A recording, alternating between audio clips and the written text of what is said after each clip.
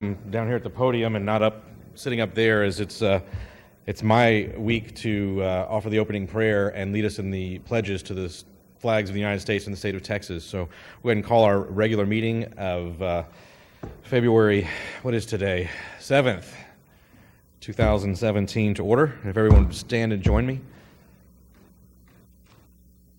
Before I begin our work of the evening with a prayer, I was thinking earlier today a little bit about the history of our country and the remarkable experiment that it is. Our republic is a fragile thing, and it began on, you could say it began many times, but the vote was taken on July 2nd of 1776. And history is written down and tells us that they stood there in silence after the vote was taken, when they decided to cut their ties with Great Britain, and marveled at what they had just done. So if you'll join me then in prayer. Father, we ask you today that when the time is ours, that we might be imbued with the same courage, the same vision, the same wisdom, and the same humility as those who have come before us. That the decisions that we make will be for the best of all. It will be reflective of your desires for who we can and should be in your image.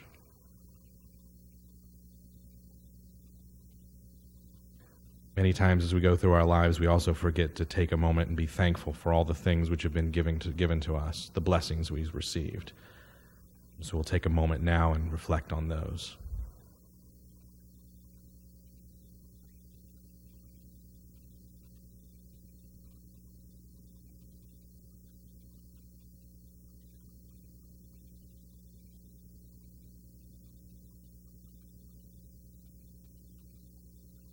God, we ask you to give us strength and courage to be your servants.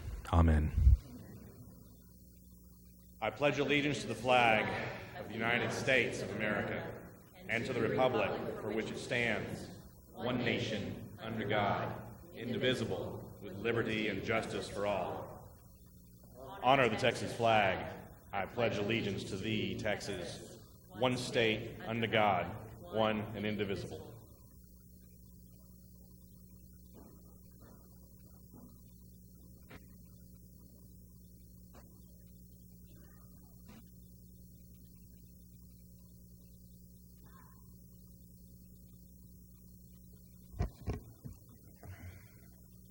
I'm going to go a little bit out of order, if I may. We have a number of guests with us this evening for several reasons, and I'm going to try to accommodate all of those guests as best I can and move our agenda around just a bit. So I'm going to begin this evening with a proclamation recognizing the official rodeo season. I'm going to come down and read that proclamation first, and then we'll move on with the rest of our agenda from there.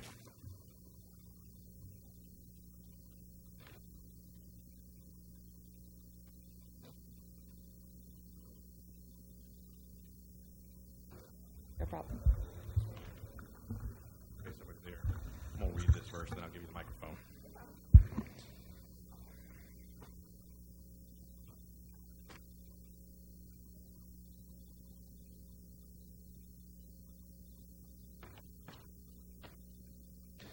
All right, it's going to stay where it's supposed to. So I grew up in the state of Tennessee and did not get to Texas until 1998, which was the fastest that I could find a way to get here. And I don't know if you know it, but at the Alamo, more Tennesseans died than from any other state except for the state of Texas, and thus we're the volunteers. It's a privilege to be able to have an event like we have in the city of San Antonio with regard to the rodeo. It is an extraordinary thing, a treasure, perhaps, if you will, and we're very blessed to be able to have that near us. So I would like to read this, if I may. It says, whereas February 9, 2017 marks the 68th anniversary of the San Antonio Stock Show and Rodeo, San Antonio's largest single event. And whereas the San Antonio Livestock Exposition Incorporated is a volunteer organization that emphasizes agriculture and education to develop the youth of Texas. And whereas since inception of the San Antonio Livestock Exposition Incorporated Scholarship Program, $171.4 million has been committed to the youth of Texas in the form of scholarships, grants, endowments, auctions, calf scramble programs, and show premiums, with $11.3 million committed in 2016. And whereas over 7,500 Texas youth have been given college educational opportunities because of the San Antonio Stock Show and Rodeo Scholarship Fund. And whereas the San Antonio Stock Show and Rodeo has been recognized by the Professional Rodeo Cowboys Association as the best large indoor rodeo of the year for the past 12 consecutive years. And whereas during the 2016 event, over 2 million visitors attended the San Antonio Stock Show and Rodeo. And whereas the lifeblood of the organization are the over 6,000 dedicated volunteers and its corporate partners and patrons who understand the importance of agriculture and value quality family entertainment. Now, therefore, be it resolved that the City of Schertz, through its Mayor Michael Carpenter, and the City Council hereby recognizes and proclaims February 9 to 26, 2017 as official rodeo season, and February 9, 2017 as official Dress Western San Antonio Day, and we call upon the people of the City of Schertz to join us in supporting the activities and mission of the San Antonio Stock Show and Rodeo to support the youth of Texas, education, and agriculture. Thank you all for joining us this evening, by the way. Appreciate it. Microphone is yours.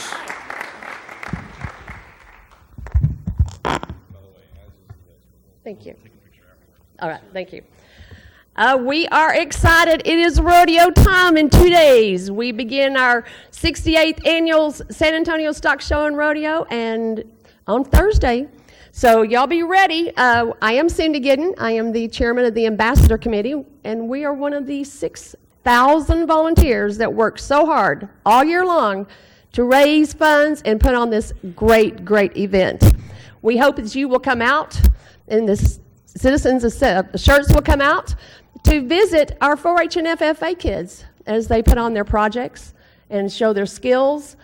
These are fantastic kids, and a lot of them are from right here in Schertz and Cibolo, Universal City. They do a tremendous job. These are some of the best organizations for them to be involved with. We hope you'll come out. We have a lot of things going on. We are a family-oriented event. We have carnivals. We have pig races. We have, of course, have our livestock shows. We have shopping, shopping, shopping. We have great, great food, some things you wouldn't even imagine, and, of course, our award-winning San Antonio Stock Show Rodeo, featuring some of the top cowboys and cowgirls in the nation.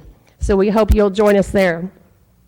For our daily schedules, if you'd go to sarodeo.com, you can see what's happening each day. There's something every single day. And we do have a mobile app that you can download. It has maps, and it's free. It's free. It has maps and the daily schedules, and it'll show you where to go every day. And we hope that you'll join us this year. So put your boots on. February the 9th we start and run for 18 days. So we hope to see you there. And as we like to say, let's rodeo, San Antonio.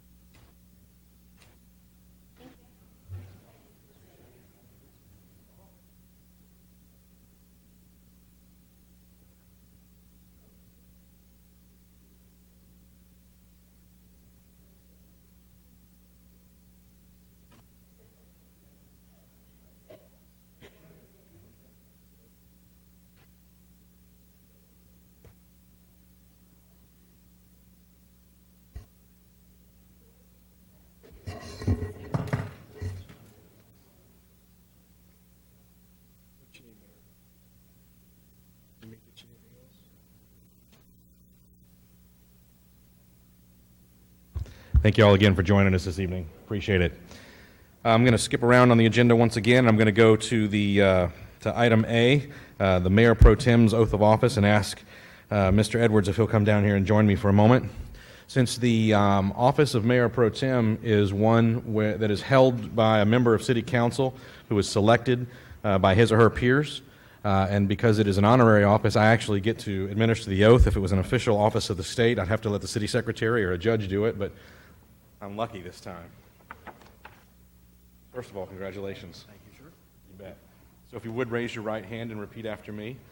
I, Cedric Edwards, I, Cedric Edwards, do solemnly swear do solemnly swear that I will faithfully execute that I will faithfully execute the duties of Mayor Pro Tem the duties of Mayor Pro Tem for the city of Schertz, for the City of Schertz, and will, to the best of my ability, and will to the best of my ability preserve, protect, and defend preserve, protect, and defend the Constitution and laws the Constitution and laws of the United of the States United States and of this state, and of this state. so help me God. So help me God. Congratulations to you and to you.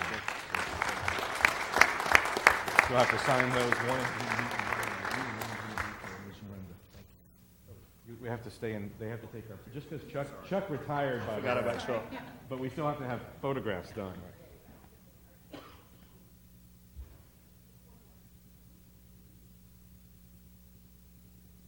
All good? Very good. Congratulations. Thank you, sir. Thank you.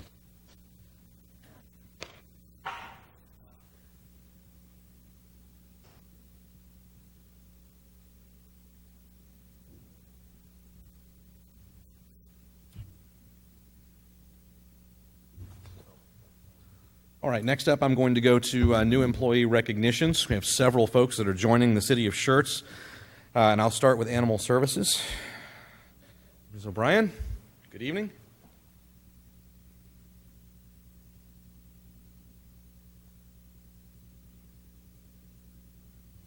Hiya. Hi, good evening, Mr. Mayor. Good evening, Mr. Kessel, City Councilman.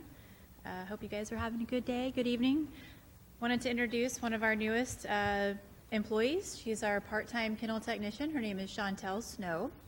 Chantel was born in Kerrville, Texas. She was raised in Utopia until her junior year of high school. She moved from a 1A school of 350 students total to a 5A school with a graduating class of 350 students.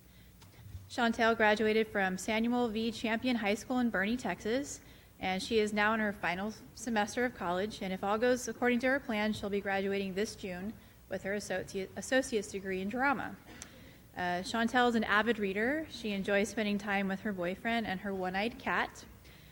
She also enjoys watching anime and eating food. I agree with that, eating food. Chantel plans to do her best at the animal shelter and be the best employee for the City of Schertz Animal Services, and she hopes to be an employee for a very long time. So I'd like to introduce Chantel Snow. Very good. Welcome, first of all. And we do offer you a chance at the microphone if you'd like to say hello. It is not mandatory, but you're welcome to take a... Hello, thank you very much. I would just like to say that I am so happy to have this wonderful opportunity, and I hope that I can serve the city to the best of my ability for a very long time. Wonderful. Well, you're quite welcome and glad to have you with us. Look forward to you being with us for quite some time.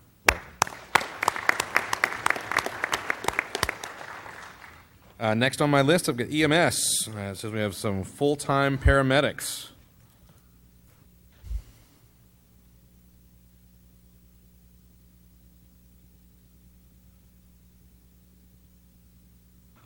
Well, good evening. How are y'all?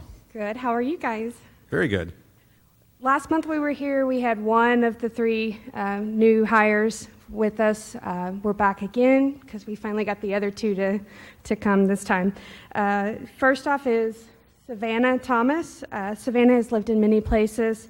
She was from a military family, so she moved every 2 years until her freshman year in high school. Savannah was a graduate from Judson High School in 2006. She attended the Schertz EMS Training Academy for EMT Basic. Then she moved on to the UT Health Science Center for her paramedic, which she got in 2011. Savannah's very excited to be working for Schertz. She's been working towards this goal since she started the EMT Basic program. Welcome, first of all. And as I said, microphone is yours, but it's not mandatory. Thank you. Very happy to have you with us. Welcome. Next, we have Marla Gendrish. Marla is also from the area. She grew up in Livonia, where she graduated from Livonia High School in 2007. She played and attended Schreiner University. She played softball for them, and she graduated with her degree in exercise science in 2010. She then attended San Antonio College, where she got her firefighting certificate in 2010 as well. She attended Schertz Training Academy in 2001 and then received paramedic from UT Health Science Center. Marla is employed full-time with Universal City Fire Department, which is one of our first responders. And she also works for Seguin part-time as well. Marla is also very active in rodeos and barrel racing. Well, welcome.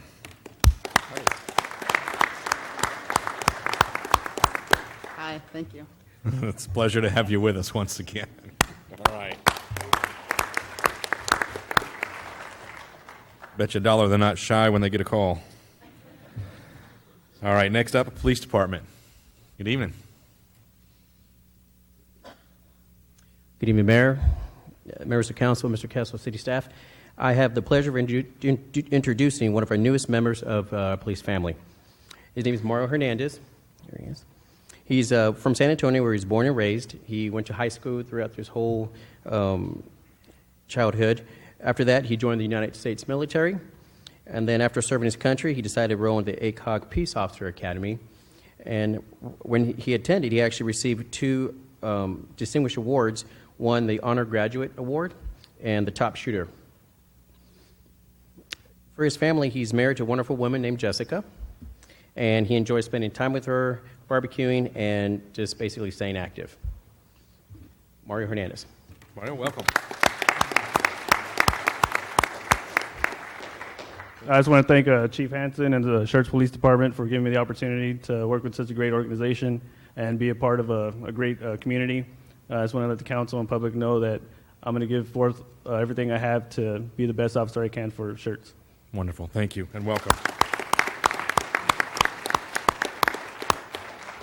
All right, next up, Public Works.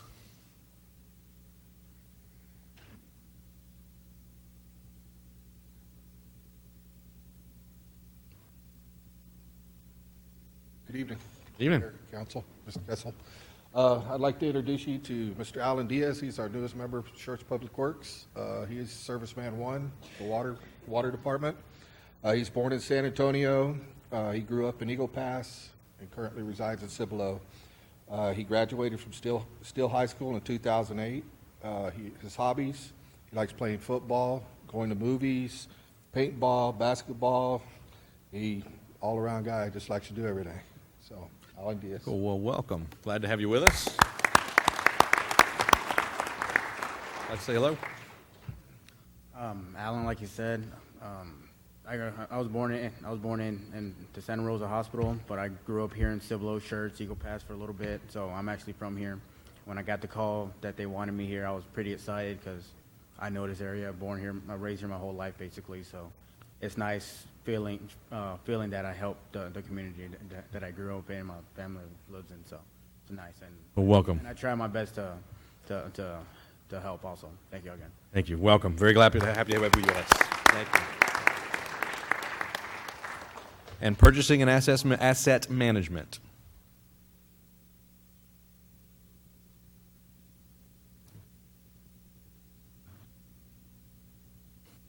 Good evening, Mayor, Council, Mr. Kessel. Good evening. I am so very pleased to present to you tonight to introduce our new purchasing and asset manager, Mark Ripley. Mark comes to us by way of the City of San Antonio, SAWS, and most recently the San Antonio Housing Authority. Whenever we interviewed candidates, he really stood out as our top candidate for a number of reasons, but he brings to the city a great wealth of knowledge of public procurement. And on top of that, his enthusiasm really came through. He has some great ideas, so I am really excited to have him here. So I'm going to let Mark say a few words about himself. Very good. Mark, welcome, first of all. Thank you. I just wanted to go ahead and say that I'm very happy to be here, and I feel like I've come home. This is a really nice opportunity. Everyone at the city has been fantastic, all the administrative staff, all the citizens. I look forward to helping to the best of my abilities. So thank you very much again. I appreciate it. Thank you, Mark, and welcome.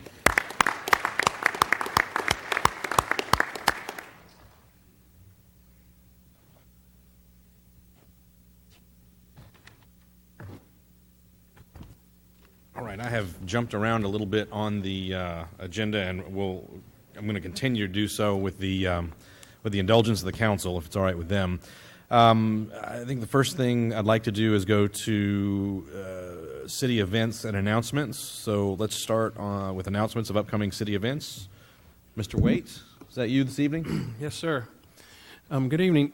Starting with Thursday, February 9th, 7:30 to 9:30 in the morning is the annual Chuck Wagon Breakfast at Frost Bank, 16,895 IH 35. Also on the 9th is the Northeast Partnership meeting from 11:30 to 1, and that's at the Olympia Hills Golf Course. And then at the same time as Northeast Partnership, here in Schertz at the Pickerel Park, we have the annual Trail Riders Lunch as they ride in for the rodeo. That'll get started off around 11:30 at the large pavilion in the park. As the trail riders arrive, we'll have a little food, get to see them, and then they'll ride off. And then lastly, that evening, busy day on the 9th, at 4:30 p.m. is a ribbon cutting at the Triton Group at Legacy Mutual Mortgage. That's at 3820 FM 3009, Suite 148.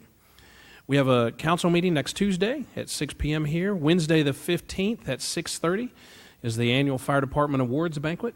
If you haven't RSVP'd and plan to attend, please let the fire department know.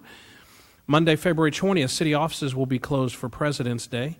And then Tuesday, February 21st is the monthly chamber luncheon at 11:30 a.m. With a State of the City's address that day. And then that evening at 6:30 will be our first quarterly City Council on the Go Town Hall meeting. The first one for 2017 is at Ray Corbett Junior High School at 1200 Ray Corbett Drive, down off 1518. And then Saturday, February 25th, is the Operation Comfort 5K and Kids Freedom Run, Fun Run at 9 a.m. Starts at the Bluebonnet Palace. Registration starts at 6:30 a.m.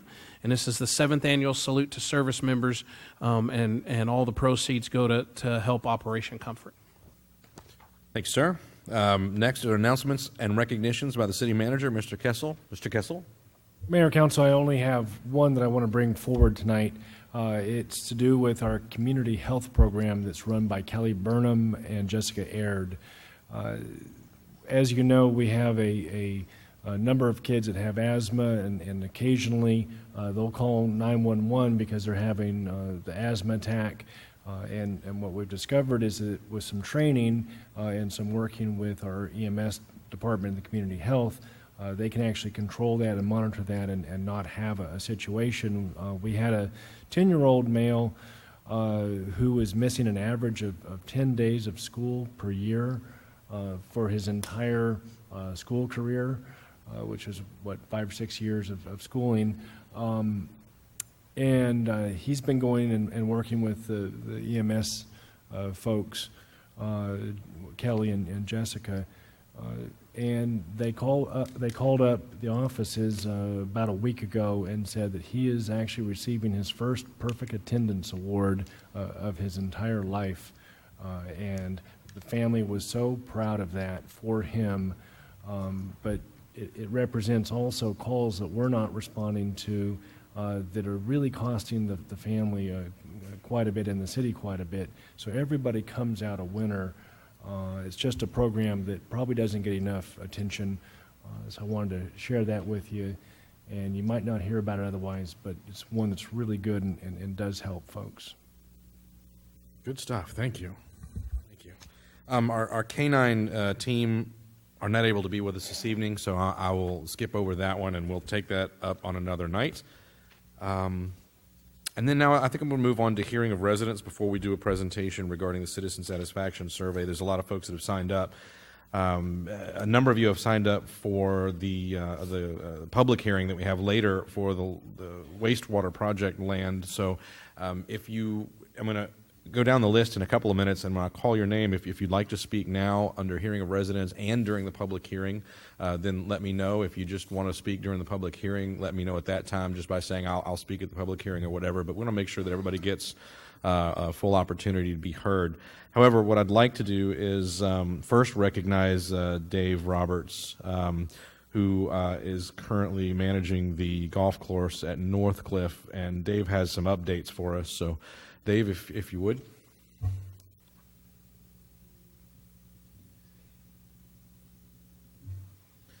And I forgot to say, too, when you do come up, if you state your name and your address for the record, Dave, you got 5301 Country Club, Dave Roberts, so I did yours for you. Thank you, Mr. Mayor, and thank you for inviting me, and Mr. City Manager, and congratulations, Mr. Edwards, on Mayor Pro Tem. A couple weeks ago, Dave Skaggo spoke on behalf of Northcliffe and the residents of what was going on. There's a lot of rumors and things going out there about turning it into 9-hole golf course, closing it down, and some other things due to the ownership that was there. And we couldn't let that happen. And so what we've done is, it's funny, I have a radio show and a TV show, and I'm hard for words now. So my wife and I has decided... Get you some headphones if it'll help. Yeah, that's what it is. I just need a headphone.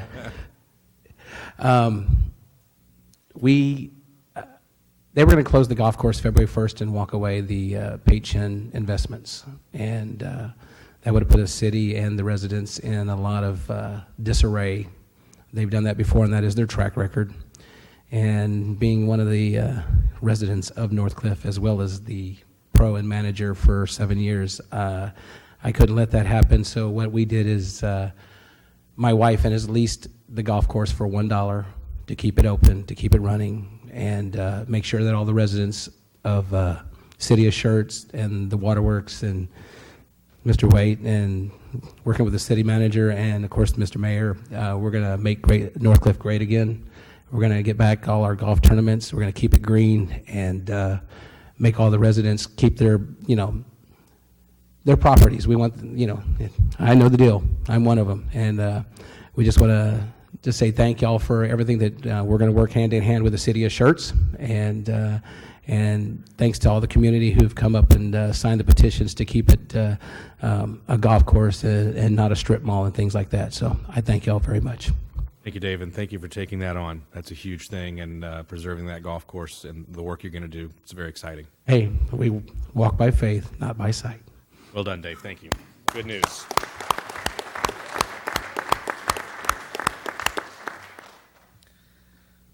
All right, I'm going to start at the top of the list at this time, and I'm going to call your name. And if you'd like to speak now during the hearing of residents, that's fine. There's also a public hearing with regard to the land for the wastewater project. So we'll start first with it. And I apologize. Actually, I do. Hold on. I know. My wife told me to start carrying them with me. Looks like Melvin Kruger. Would you like to speak now or speak during the public hearing, or both? Please, come on up. And if you just state your name and address when you get here, and then the floor is yours. Melvin Krieger. My address is 9260 Weir Road. I graduated from Samuel Clemens in 1968. The property I'm speaking about has been in the family since 1947. I'm in favor of the proposed wastewater treatment facility that the city has decided to put in on Trainer Hill Road. I have spoken to Clint with the CCMA several times, and he assures me that everything will be done to keep the odor and noise at a minimum. And I believe that it will substantially increase the value to the residents of the city of Schertz through increased income, and hope that the city continues with the project. Thank you again. Good. Thank you, Melvin. Next up, Ruth Martin. Ms. Ruth, come on up, please.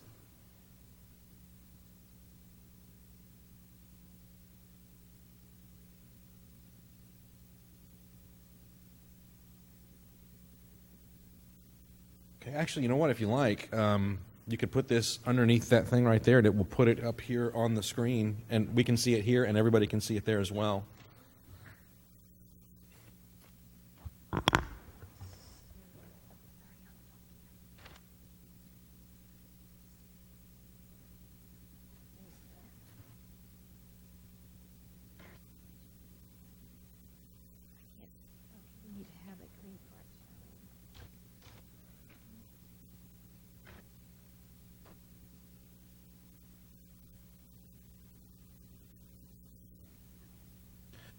Can we zoom out electronically from the back?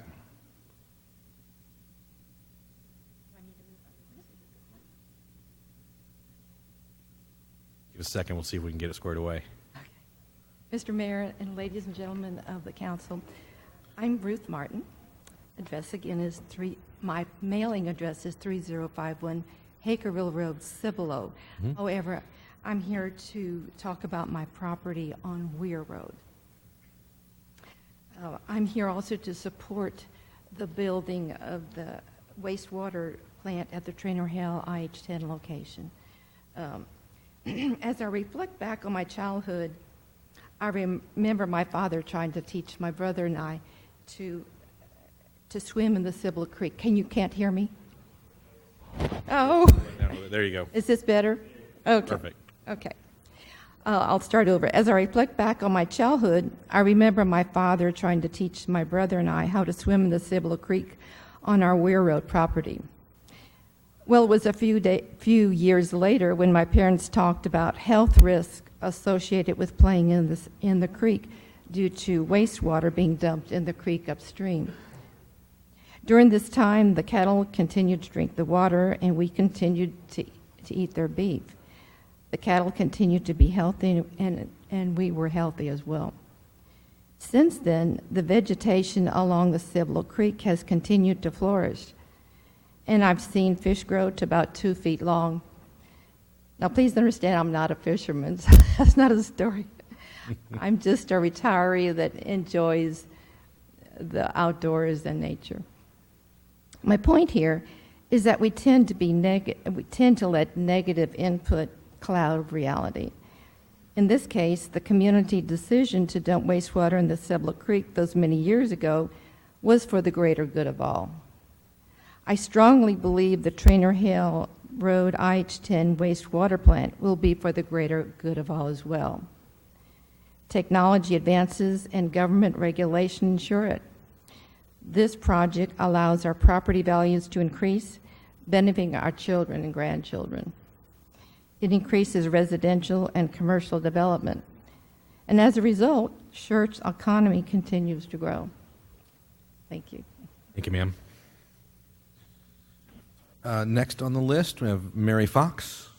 Ms. Mary, please.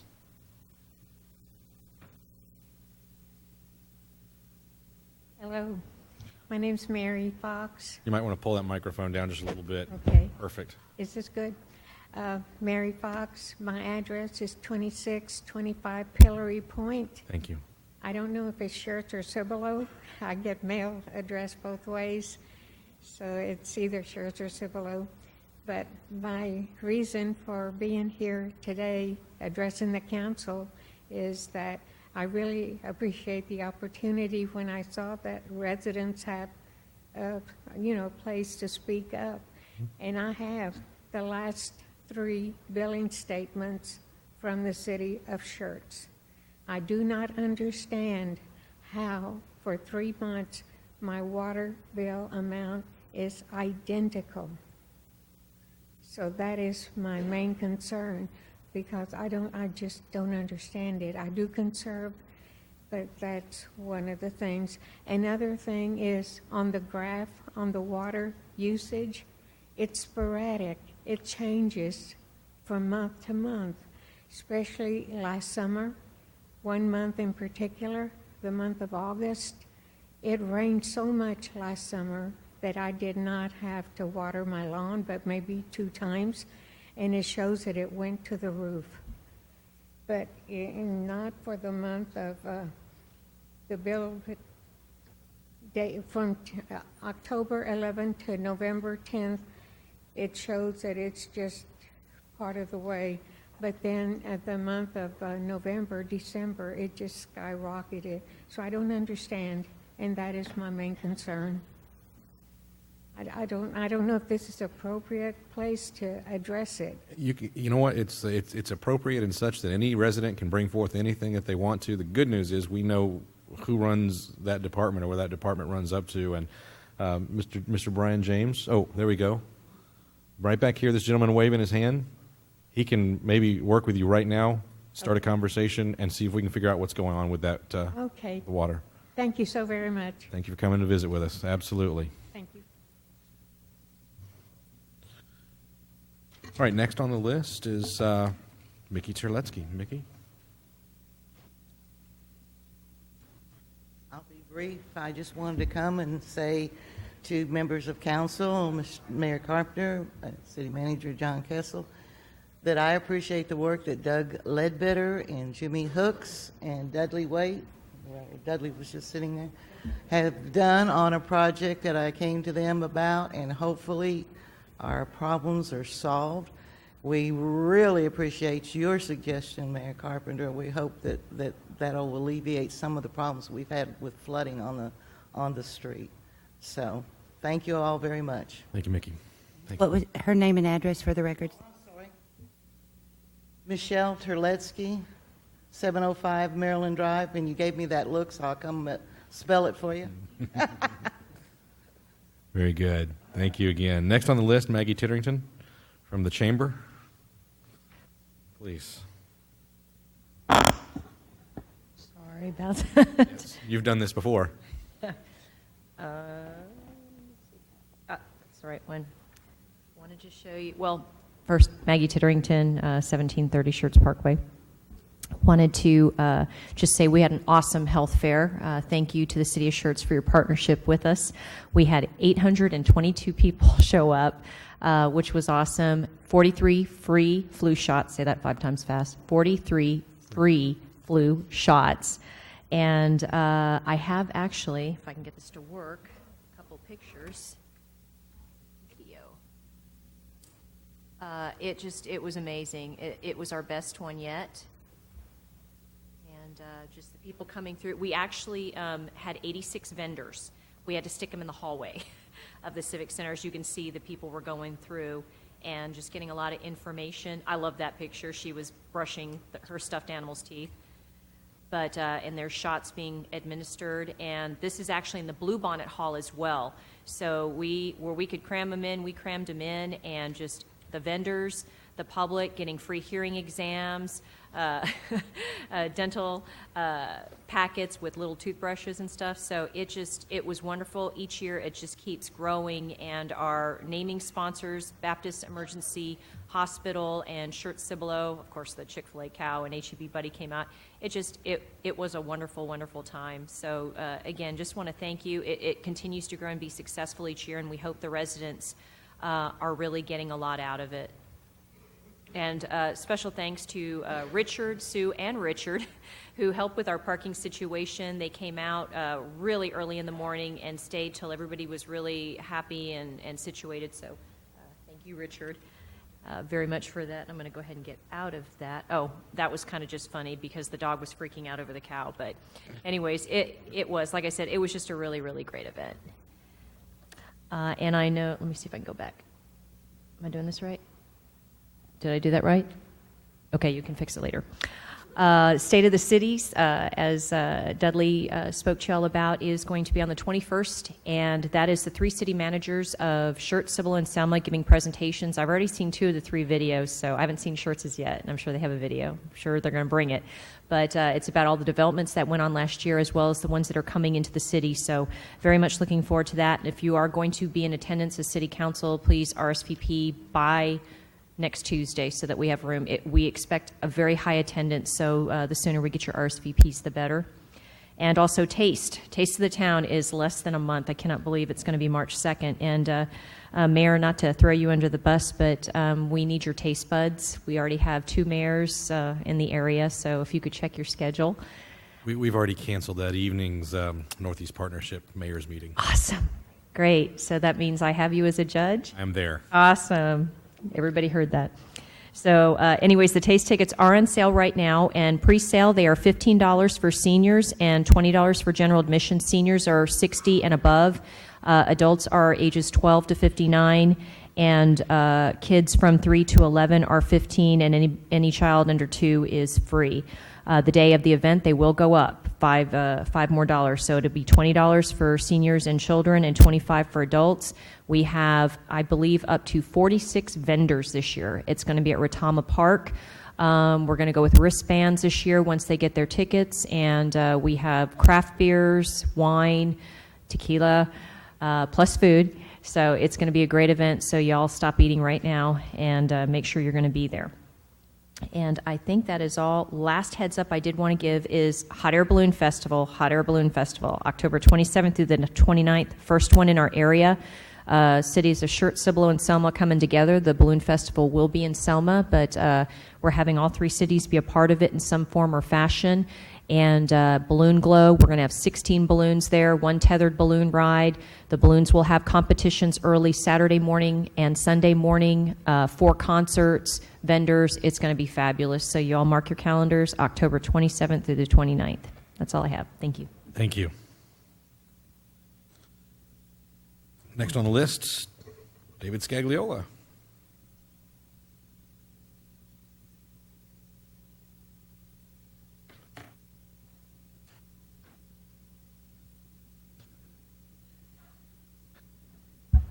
Mayor, Council. Evening, sir.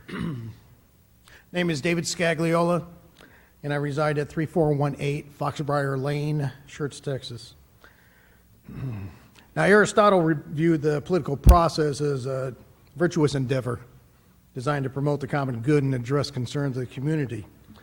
Last time I was here, I presented the concern from another residents about the Northcliffe Golf Course.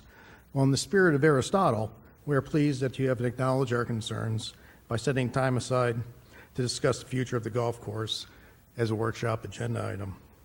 What prompted the concern was a proposal to close the golf course or perhaps to sell part of the property for development, which would have undoubtedly led to its eventual demise. Now, fortunately, the immediate crisis has been mitigated, and the golf course is operating under solid management for now, but the overall issue has really not been resolved. What we're asking for is, first, the consensus and resolve of the City Council and City staff to keep Northcliffe Golf Course as an 18-hole golf course, which would send a compelling message to the residents, golf aficionados, the city staff and planning department, and potential buyers about the present and future operations and value of the golf course from the perspective of the city's senior leadership. And second, to avoid a repeat of this scenario and avoid the impression that the golf course and greens are available for development, we ask that you consider and establish a time frame for rezoning the footprint of the golf course to reflect a GC golf course designation or by creating a green space allocation for the property involved. Now, I appreciate the opportunity to address you tonight. Please feel free to contact me, Mr. Bobby Lee, or Mr. David Roberts if you have any further questions. I thank you for your time. Thank you, sir. Next up, I believe it says Daryl Hunter. Daryl?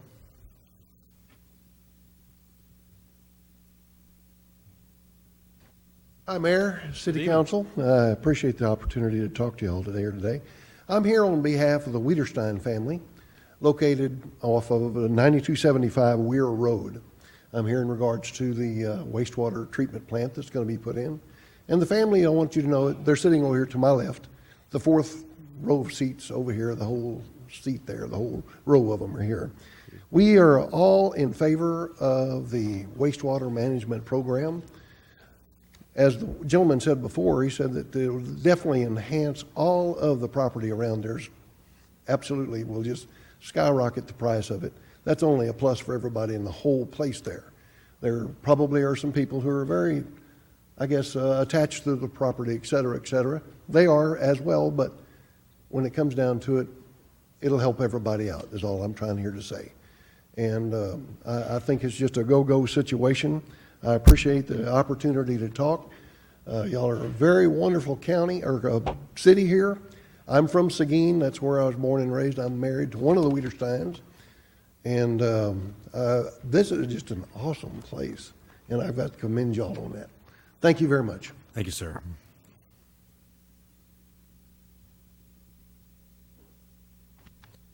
Next on the list, I believe you have, is Brian Bryson?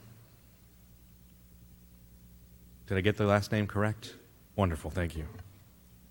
Thank you, Mr. Mayor. If you have to use the overhead, I have no idea how it pops on. You just place whatever you want to place there, and we'll switch over to the overhead. Okay. I was just going to walk up here and say, a lot of people talk about the wastewater plant that's coming in. The reason I came And here- would you name and address it for the Ryan record? Bryson, 22906 Fossil Peak. Thank you. That makes our job easy. I'm here basically talking about the easement the city was going to do with the sewer line following Woman Hollering Creek. I have a little bit of time here to talk. I was going to say, oh, it would benefit this and that and the other thing. I wanted to get into a little bit of the land because it means a lot to me. This parcel right here, if you draw a line right there, we just recently acquired the other side.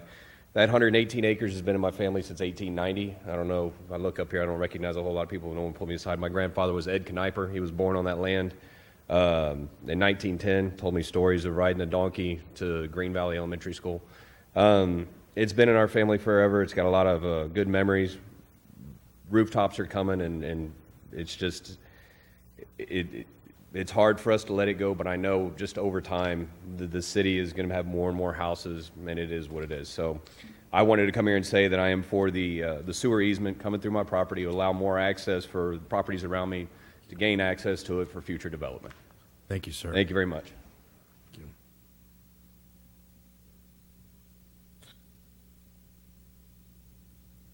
Next on the list, I see Wayne Ashelman. And you have to tell me if I got your last name correct. I murdered it. How should I have said it? Wayne Asherbranner. You probably couldn't read my writing.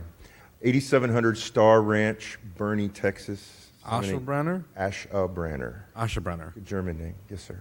Yeah, it's gut, yeah. Beg your pardon? It's gut, yeah. Oh, thank you. Please. Mr. Mayor, council, staff. I want to come here tonight. I've invited many of the landowners here. I am a realtor. I am the director of Real Living Best Home Land Department. I work with a lot of developers, and I work with literally everybody that's been up here in one fashion or another, and we still have a few more. We understood that there were some concerns regarding the sewer line going down Woman Hollering Creek and some potential stakeholders along that sewer line that didn't feel comfortable with it. What I wanted the council to see, and the reason I invited folks here tonight, was I want you to see the people that are in support of that. Sometimes those who are against things tend to speak the loudest, and others tend to set back maybe a little bit. The economic impact to this region from that sewer line going through is tremendous. And you're looking at the stewards of this land out there for probably the last 100 to 150 years. They were the first true people. They're getting on in years now. Their families, while they come from an agricultural background and they take those value sets forward with them to the next part of their life, probably they're not going to end up farming and ranching that land. In addition, you have economic development agreements in place that over the next 5 years, and every one of these landowners are impacted in some way, shape, form, or another, that land will be annexed into the city. That sewer line gives them the opportunity to maximize the profit from that land through development. All right? They're retiring. They have sick family members. They've got generations on down the road that are really not interested. Not to mention there are other developers, and I'm going to take a little time. Hopefully can you move that over? I work with Chris Price in Crossvine for the Crossvine development. I represent him. He asked me to speak on his behalf tonight and say that he's in favor of the sewer line going through. Of course, it will dramatically impact the Crossvine neighborhood there. I have copies of these maps along with maps from all the other properties that were here tonight if you'd like them. We have Triple H Development, Harry Hausman. I know he's very closely with the city of Schertz, and he's a great guy to work with. I work with him each and every day, and he'll call you up and cheer you out one minute and tell you the greatest guy on the face of the planet the next. And if those of you know him, know that's just how he is. He's in the process of developing a great piece of property there on 1518. This sewer line will have a tremendous impact on him and his ability to develop that land or not to develop that land. I have the Friesenhahn family here. If y'all would stand up. Well, the sewer line really doesn't impact the Friesenhahn family. They realize what kind of economic importance this will bring to that entire south side of the Schertz community. They're here in support, and we won't let Mr. Friesenhahn get up here. He's like a Baptist preacher. We can't sit him down once he gets going. But the family's there in support, and they realize how it will help them maximize their revenue potential from the sale of their property. And it's coming, and we know it's coming. We also have additional 50 acres that I have listed there on the corner of 1518 and Ware Seguin Road.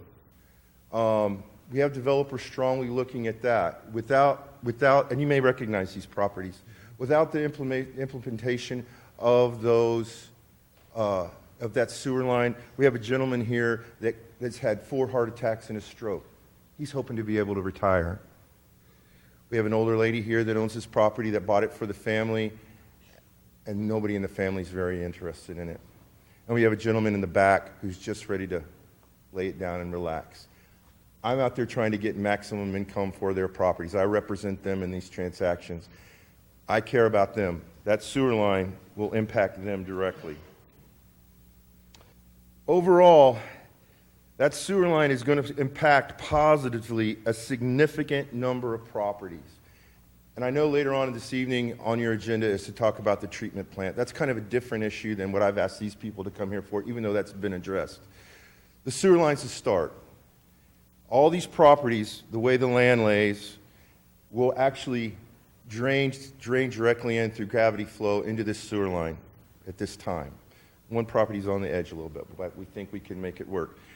I'd ask you to hear their I won't call it a plea, but their opportunity they took to come here and ask for you as a council to support the continued development, design, and building of that sewer line. We understand there's some environmental questions that some people may have, but I can tell you these people were the stewards of that land. They were our first ecologists out there. They care about it too. We know that the city will do a great job to make sure there's no accidents. We know that the technology exists to help us get through that, and we know that the city of Schertz will take full advantage of that. And please don't, not only that, please consider the economic impact to the city through additional city taxes by building those roofs out there. The initial economic impact to the schools and how we can build and can continue to grow those schools, hire the best teachers. The economic impact of building additional fire stations and infrastructure. It's a great opportunity for everybody, ladies and gentlemen. Please allow us the opportunity to sell our properties at the highest possible value by making sure we have access to adequate sewer facilities on that part of the city. Thank you. Thank you, sir. Next on the list this evening, Liz Basha. Liz?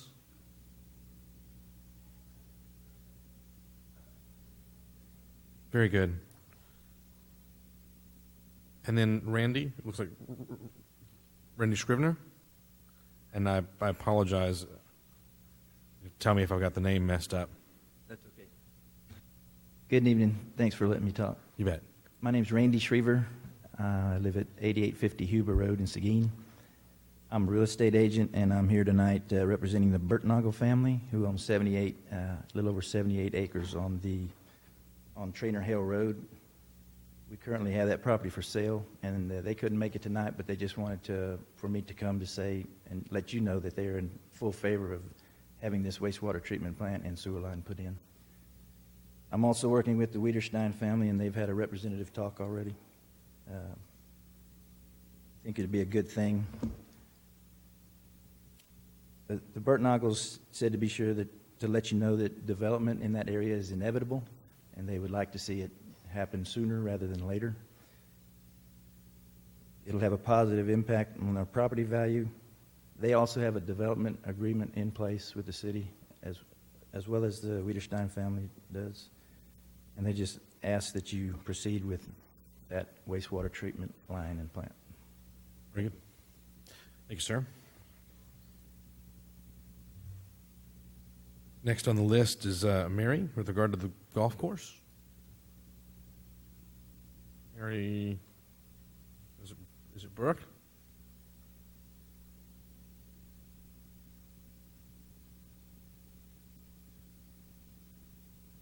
Okay, I'll move on. Maybe we got it answered earlier. And then, I apologize, I can't read the last name. Who was the last one to sign up? Do you remember? How about if I do this? Anybody else that would like to address us right now under the hearing of residents certainly may do so. Any takers? Okay, then at this time I'll close the hearing of residents. We will have a public hearing on this as well later in the meeting, and everyone will have an opportunity to speak again if they would like. Okay. The next thing that I have on the agenda this evening, and we do have a lot of business on the agenda, so I'm going to go ahead and move to the presentation that we have regarding the 2016 Citizen Satisfaction Survey. I think everybody that is a resident would be interested in hearing what we've learned and what your peers have said. So, Ms. Klepper, good evening. Good evening, Mayor and Council. So we've got with us tonight. Is that how we did the survey? Oh, no, different issue. Let me close this out. Let me pull this up here.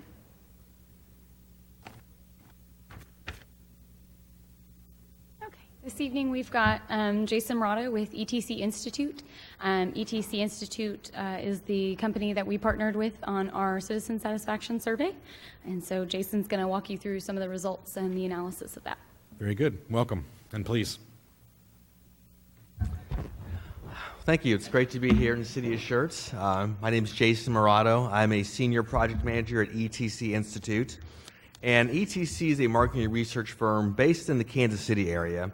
And the thing that we specialize in is doing community surveys for city and county governments all across the country. And last November and December, for the first time, we did a community survey for the city of Schertz. So today I'm going to go through some of the major findings from the survey. Now, the report that we provided is very comprehensive and has a lot more detail than what I'll go through. But today I'm just going to kind of go over some of the key findings from our survey. I'm not sure. Great. So ETC Institute is based in the Kansas City area, but we're a national leader in providing market research for local governments. We've been around for over 30 years, and in the last 10 years alone, we've done surveys in over 900 communities in 49 states, and that includes a lot of work here in the state of Texas. We've been doing these types of surveys for the city of San Antonio since 2010, and also do this type of survey every year for the city of Dallas and the city of Austin since 2009. And we've worked with a lot of other cities throughout the state of Texas as well, such as Plano, Baytown, Round Rock. So this is really the type of work that we specialize in.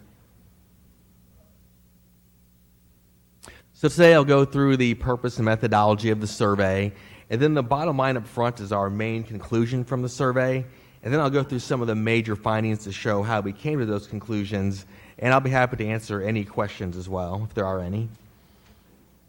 So there's several things we hope to accomplish with a survey like this. One is to objectively assess what residents think about city services and what they think the priorities should be. Also, hopefully this survey will help set a baseline for future surveys.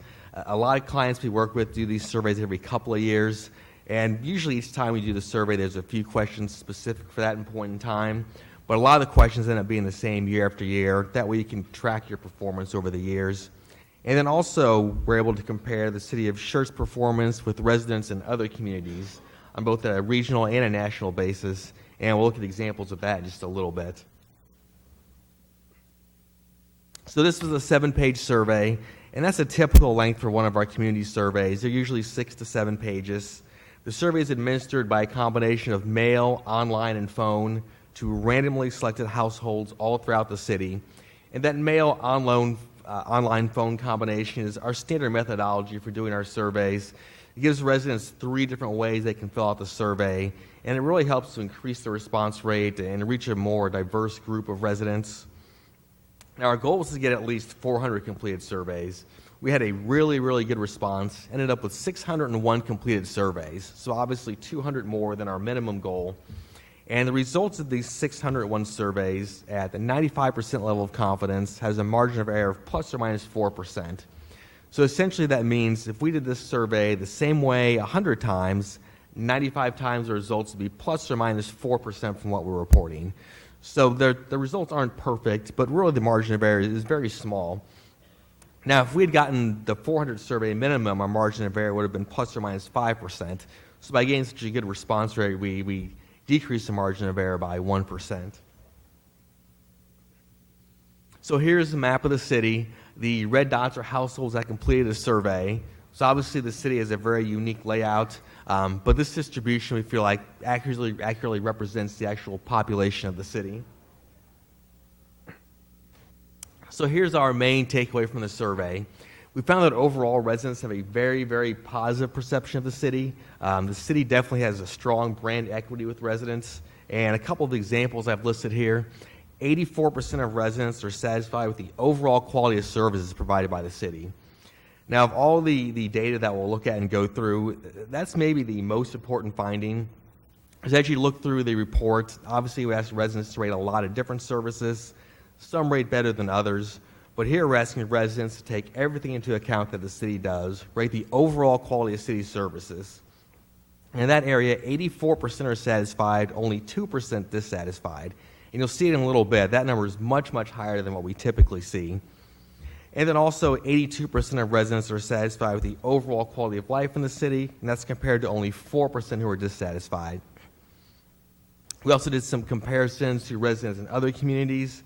And overall, the satisfaction with city services in Schertz is higher than what we typically see in other communities. And the biggest example of that is what I just mentioned, the quality, satisfaction with the overall quality of city services. In that area, the city of Schertz is 28% above the U.S. average and 27% above the regional average. The city also rated above the regional average in 31 out of the 46 areas that we compared, and above the U.S. average in 26 of those 46 areas. And we'll go through these examples in a little bit, but you'll see in a lot of cases, really the city's way, way above the benchmarking averages.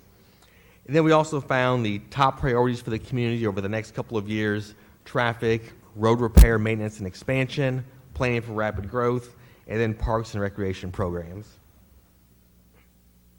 So the first area we'll take a look at is just general perceptions residents have of the city. Here we ask residents to rate their perceptions of the city in a number of different areas. And this question is asked on a scale of 1 to 5. So 5 means you're very satisfied, that's the dark blue. 4 is satisfied, which is the light blue. You can see a 3, which is neutral or average, is the white. And residents who are either dissatisfied or very dissatisfied, that's the red bar. So there's a couple things that stand out here. One is that obviously the positive ratings far, far outweigh the negative. And a couple areas in particular I wanted to point out. That very top row, overall quality of city services. So again, taking everything into account the city does. 84% of residents are very satisfied or satisfied, only 2% dissatisfied. That is definitely a much better number than we usually see. And then the other one I want to point out here, that second row from the bottom, overall value received for city taxes and fees. Now, since that's rated near the bottom, you might think that means that this number isn't good. But you'll see in a little bit when we look at the benchmarking data, 59% satisfied is actually much higher than what we normally see. I'm sorry, is there a question? Or? Oh, I'm sorry. So then here we have the very, very first question on the survey. Here we ask residents to rate their satisfaction with major categories of city services. So then later on in the survey, we ask them to rate some more specific areas within these categories. And this is asked on that same 5-point scale. So again, the thing that really stands out here, obviously the positive ratings far outweigh the negative, but for all of these, you have 12% or less of residents who are dissatisfied. So there's very, very low dissatisfaction in all of these different services. And for all of them, at least 65% of residents are satisfied. And if you look at the top, there's 5 services where over 80% of residents are satisfied, 7% are less dissatisfied. So just starting at the top, fire services, library, emergency medical, water and sewer, and then police services. So then here we have the map of the city again. And what we did here is we broke the results down by census block group. So what we do is we take the average rating for residents within that census block group and then shade that area the appropriate color. So if it's dark blue, it means residents in that area on average are very satisfied. The light blue is satisfied. You can see the scale there. Beige would be neutral, orange dissatisfied, and red dissatisfied. Now, we did this type of map for every question where we asked residents to rate their satisfaction. So there's a separate appendix from the main report that has about 100 of these maps. But the one I've included here is just for overall quality of city services.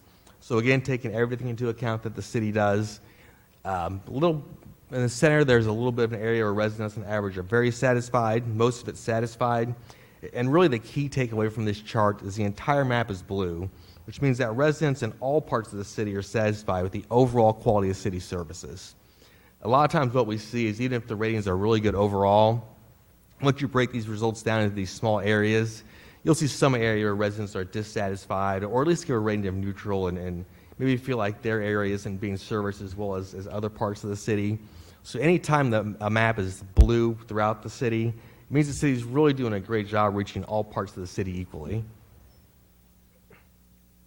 So we also took a look at some comparisons between the city of Schertz and residents in other communities.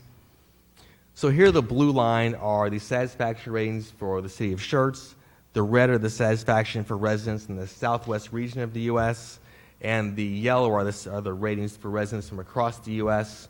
And the source of this data is that every couple of years, ETC Institute does a survey with randomly selected residents from all across the country. So you can see here, this is for major categories of city services. There's 6 areas where the city is significantly above both the regional and the national average. So just that, starting at the top, that first one with the blue arrow, police services, 81% satisfaction rating for the city of Schertz. That's 6% above the regional average, 7% above the national average. That next one down, customer service from city employees. This is one of the real standout areas for the survey. 74% satisfaction rating for the city of Schertz. You can see that's 19% above the regional average, 20% above the national average. So the city's really doing a great job providing customer service. Other areas that rated high were quality with animal control services, stormwater management, enforcement of codes and ordinances. That one you can see it also is far above the regional and national average. And then also effectiveness of communication with the public. Here are the comparisons for perceptions of the city. This was another really strong area for the city on the survey. 4 out of these 5 areas are significantly above the regional and the national average. The one I especially want to point out is that top row. Overall quality of city services, 84% satisfaction rating for the city of Schertz. You can see that's 27% above the regional average, 28% above the national average. And then also that bottom row, I want to point out, overall value received for city taxes and fees. So that rated lowest on the list, but you can see it's 9% above the region, 12% above the national average. And then for parks and recreation, there's a couple areas that rate below the benchmarking averages, a number of city parks, and then quality of outdoor athletic fields. The other areas are pretty much on par. For utility services, garbage collection and water services are just a little above the benchmarking averages. Recycling just a little bit below. Bulky item pickup is farther below the benchmarking averages. How safe residents feel in their community. This was another strong area. So 94% of residents feel safe in their neighborhood during the day, and that's a really great number. But the one that I think is even more impressive is that third one, the one at the bottom, how safe residents feel in their neighborhood at night. 84% of residents feel safe in their neighborhood at night, which you can see is 20% above the region, 17% above the national average. And for communication, most of these are pretty much on par with the benchmarking averages. Information, availability of information about government operations, though, is a little bit below.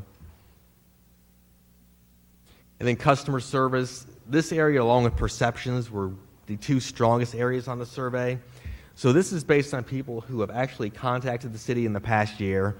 After they contacted the city, we then ask these follow-up questions. So you can see all 5 of these areas are far above the regional and national average. How easy residents felt the city was to contact, how the way they were treated by city employees, the accuracy of the information and assistance they were given, how quickly staff responded to their needs and concerns, and then how well their issue is handled by city staff. So really great numbers in all 5 of these areas. And for public works, overall cleanliness of streets and public areas and condition of sidewalks are a little above the benchmarking averages. Condition of neighborhood streets just a little bit below. And then street lighting and major city streets rate farther below the benchmarking averages.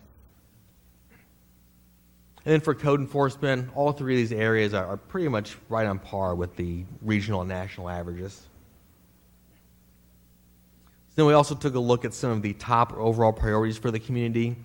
Here we asked residents, what are the biggest issues the city of Schertz will face within the next 5 years? And they were allowed to pick up to 3 different options. You can see by far the top one is traffic. Almost 8 out of 10 residents picked that as one of the 3 most important issues facing the city over the next 5 years. And then there's a clear second and third highest priorities also: road repair, maintenance, and expansion, and then planning for rapid growth. And then crime, schools, and taxes rated 4 through 6, but there's definitely a gap between those and those top 3. And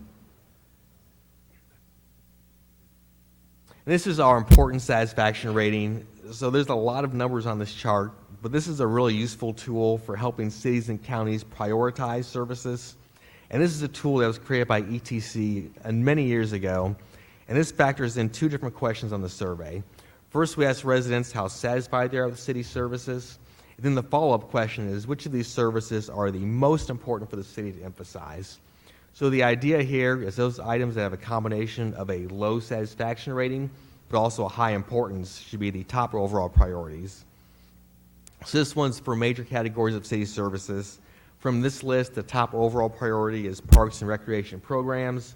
Residents rate that as the second most important item on this list, and it ranked 9th out of 13 in satisfaction, which made it number 1 overall. And then there's 3 others that rate pretty closely behind: enforcement of codes and ordinances, communication with the public, and then stormwater and flood prevention. So this chart then is specifically just about parks and recreation services. By far the top priority here is walking and biking trails. Residents rate that as the number 1 most important area to focus on. It ranks 7th out of these 9 in satisfaction. And then the second and third priorities are the availability of youth and adult recreation programs. So this slide is on public works services. Here there is also a clear number 1 choice: maintenance of major city streets. Residents rated that as the most important area, and it ranked 8th out of these 9 in satisfaction. And then the second and third highest priorities are the adequacy of city street lighting, and then maintenance of major roadways. And then we also did one of these for code enforcement. It's only 4 things rated here, but 2 of them clearly rated far above the others. Those top 2 are cleanup of junk and debris on private property, and then enforcing mowing of weeds and grass on private property. So then just some other various findings. Here we asked residents which of these following are their main sources of information about the city. You can see by far the top one, the Schertz magazine. More than 8 out of 10 residents say they get information from the city through the magazine. And then second was the city's website at just under 50%. And then there's several other items that rate very closely together. Then we have another customer service question. So we asked residents if they've contacted the city in the past year, and for those who have, we then asked, how would you describe the service you've received? You can see 75% of residents feel like they receive either excellent or good service, compared to only 10% who rated it as poor. So once again, very, very good ratings for customer service from city employees. And then here we asked residents how they feel the level of service provided by the city should change. So the dark blue means residents think these areas should receive a much higher level of service. The light blue is a little bit higher. White means about the same. And then red means lower level of service. So you can see nobody hardly picked that for any of these. And the area that residents feel like should receive the most higher level of service is maintenance of streets and sidewalks. 73% of residents felt that should receive either a much higher, a little bit higher level of service. And then for parks and open space and recreation activities, for those you had 57 and 58% who felt those should receive either a much higher or a little higher level of service. Then we asked residents what are the main reasons they choose to live in the city. We had a variety of answers given here. The top one was location, but followed pretty closely by quality of life. People who feel it's a safe community, affordability, and convenience. For each of those, 40% of residents picked those. Then we asked residents how much they agree with these various statements about strategic initiatives. You can see that most residents, 75%, agree that the city is ensuring that there's adequate long-term affordable water. Only 4% disagree. The one that was impressive to me on here is that second row down. 67% of residents feel they agree that they have confidence in the city's finances. Only 6% disagree. That's not typically what you see when we ask this type of question. And then the area that rated the lowest here, 25% don't feel like the city's doing a good job planning current and future transportation and infrastructure needs. But you do have 41% who agree. So it's still more agree than disagree, but that stands out as the lowest amongst this list. And here we asked residents how familiar they are with various programs. 46% said none of these, so over half of the survey respondents are familiar with at least one of these programs, with the highest being the Schertz Senior Center, followed by the Citizens Police Academy, then EMS Passport to Care.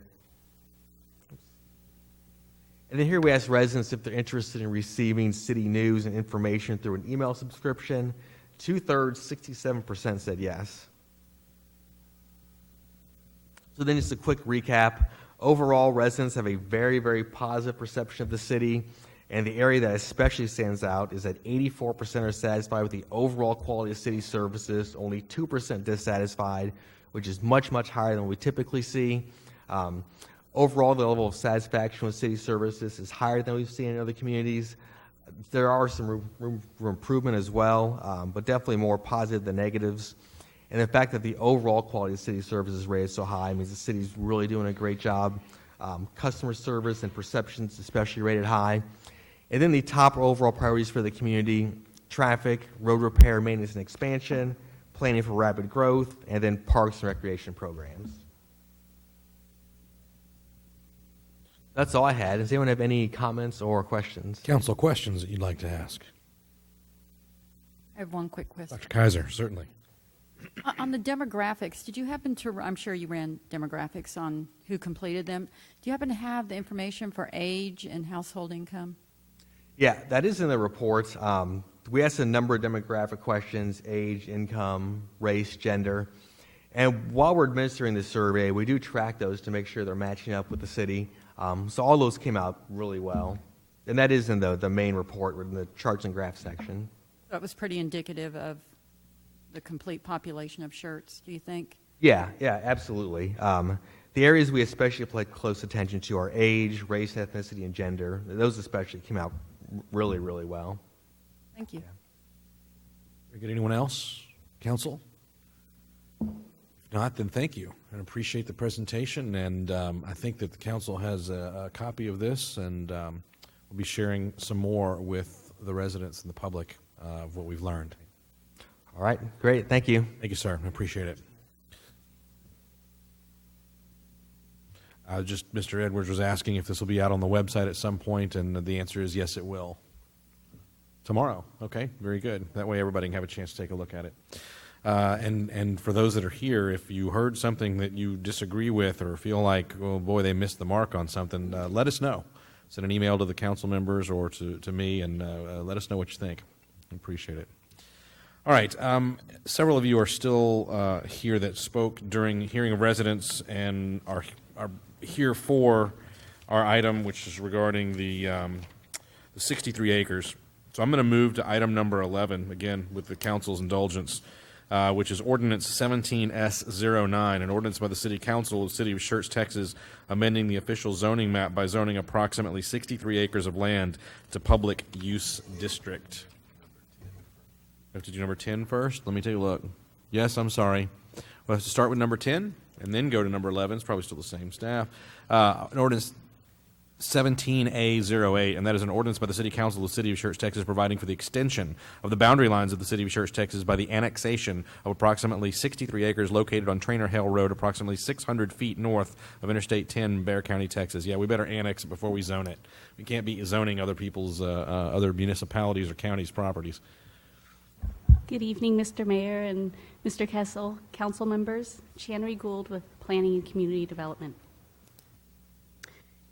The applicant is Cibolo Creek Municipal Authority, and they have submitted a petition to the city to annex an approximate 63-acre site into the city corporate limits.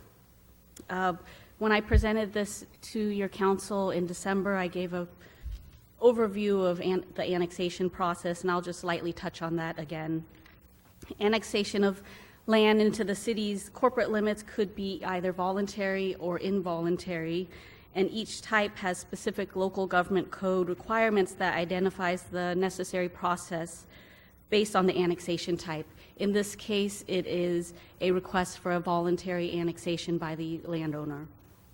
This particular petition from CCMA to annex the property falls under Local Government Code Section 43.028, which is for annexation of sparsely occupied areas on petition from the landowners. Under this section, annexations do not require mailing of public hearing notices.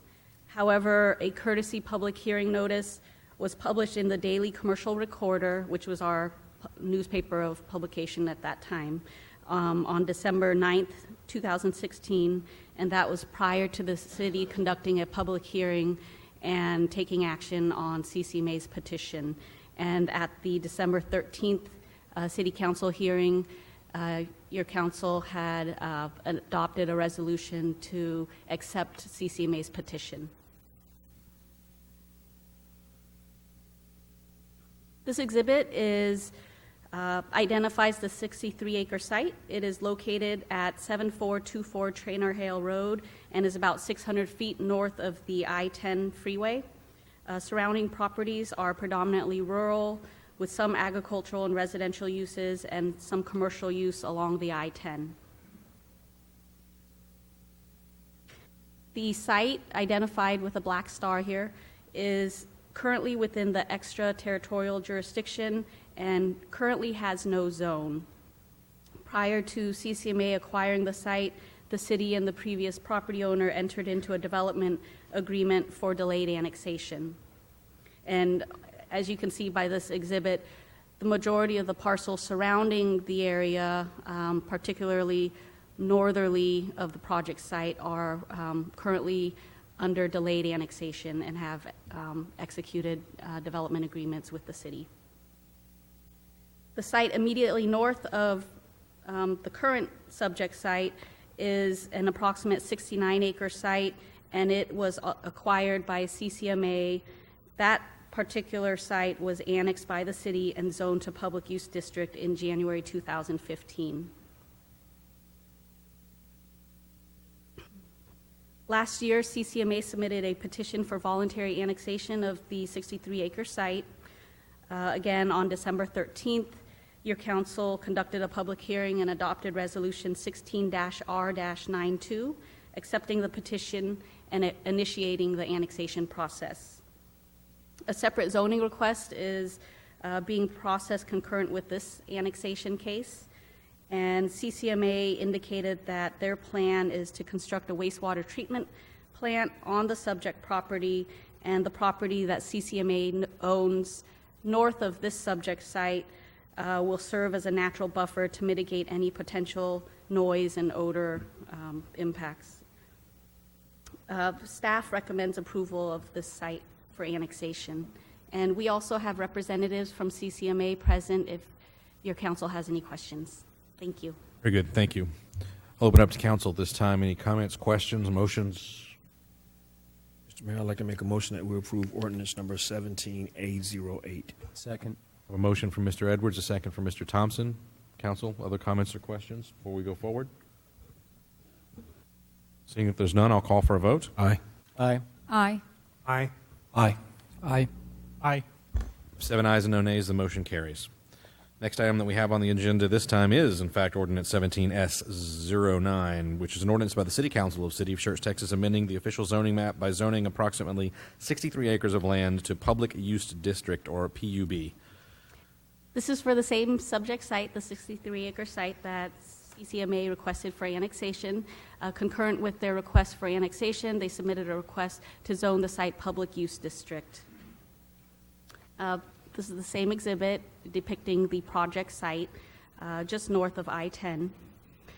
Public hearing notices were mailed to surrounding property owners on December 30th, 2016 for those properties located within 200 feet of the site boundaries. On this exhibit, that includes all properties identified between the red and blue line.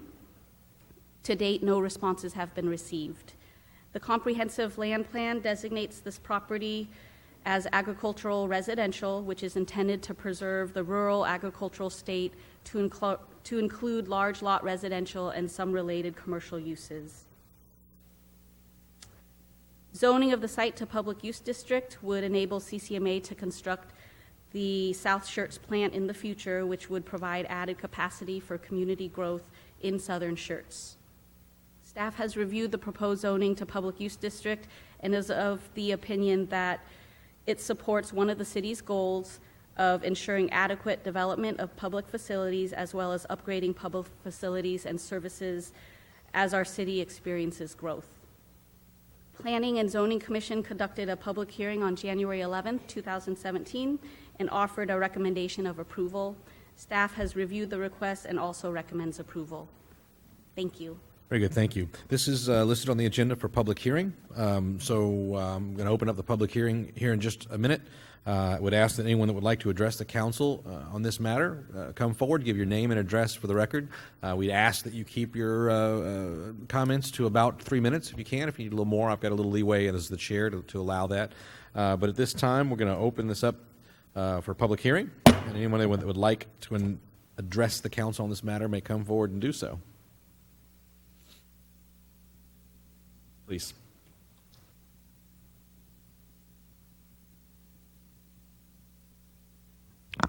Thank you, Mayor, Council, Mr. Kessel.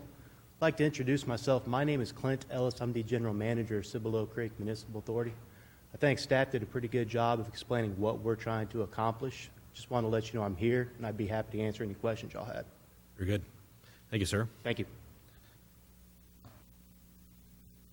Anyone else that would like to address the council on this matter?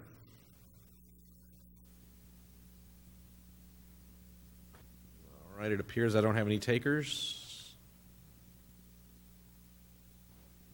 Please.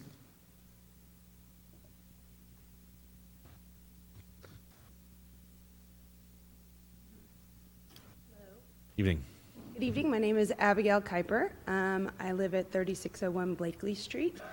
We're new residents in Schertz. We just moved here in September, and we're excited to be here. And as such, my children just has started attending school at the Founders Classical Academy of Schertz on 1518. And lovely school, and we love that. And I overheard just briefly, and like I said, I'm new, so I guess I just really am looking for clarification. The question of odor, and to minimize odor in regards to the waste treatment facility, the water waste treatment facility. And how will that affect the the day of the school children that attend Founders? Because it is just right up the road. Will that affect their quality of their education in terms of smell and whatever? So it's more of a question, and I don't know if this is, again, the place where I seek that clarification.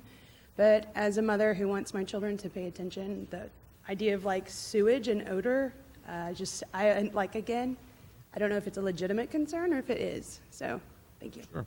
When we close the public hearing, we'll ask someone to address that for you. And if it's not adequate, then we'll get them to meet with you outside of this meeting. Wonderful. Thank you. Very good. Anyone else that would like to address the council on this matter before I close the public hearing? Okay, it appears I have no takers, so I'm going to close the public hearing at this time. All right, and I will first open it up for staff. If we've got some commentary or from CCMA want to address the question with regards to any odors or challenges we might have from the treatment facility.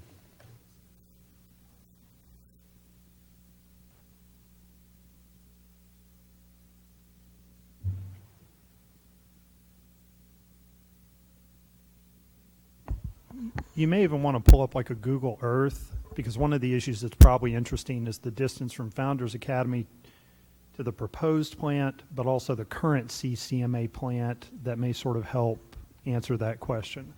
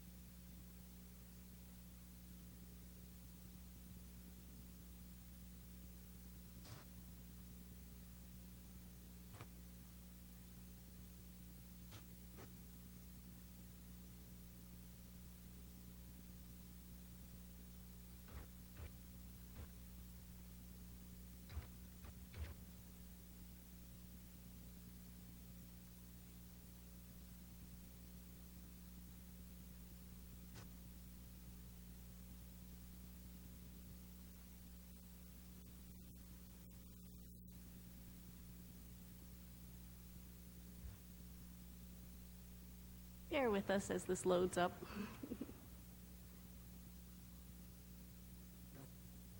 And kind of talk about how they deal with smell and odor. Possible to pull up the PowerPoint?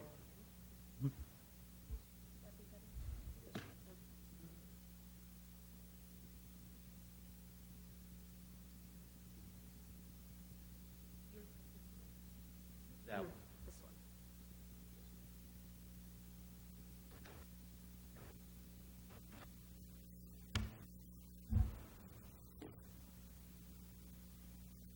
Okay, I'm going to run through this PowerPoint. If I'm getting too long-winded, y'all please break in and let me know. I'll try to be brief. Again, this is what we call our South Schertz plant that's located off Interstate 10, Trainer Hale. This is the phasing for the plant. I wasn't sure if the council had seen this or not before. First phase is 500,000 gallons per day. Second phase, 1 million gallons per day. Final phase, it's currently permitted, is 3 million gallons per day. You can see the build-out for the 3 phases outlined on the southern tract if council approves this zoning application for the south tract. This is the schedule. We're a little bit behind schedule, so we can slide this to the right 3 years. And I think that these timelines would still be applicable. Odor control. This is in direct response to the question from the resident. There's 2 major odor-causing units on the plant that's been designed at the headworks and at the lift station leading into the facility. Both of those have odor control designed to be installed. We've budgeted a little over $400,000 to mitigate odor and sound coming from this site. Just some specifications showing that we have included these into the design drawings. An example of the specific odor control unit we're anticipating using. This is in place locally. San Marcos uses this at a couple of locations and it's very effective. We jump forward. This is what we modeled as our the extents of our odor. The primary prevailing wind in this area is a southeast wind. That is going to be contained wholly on the 2 sites for the vast majority of the year. And this is a worst case scenario, what I call an odor bubble. 9 mile per hour wind, an atmosphere that is conducive to that odor traveling off site. It should not get worse than this. And if we could pull up the other map, and maybe we could show the proximity to the school in question.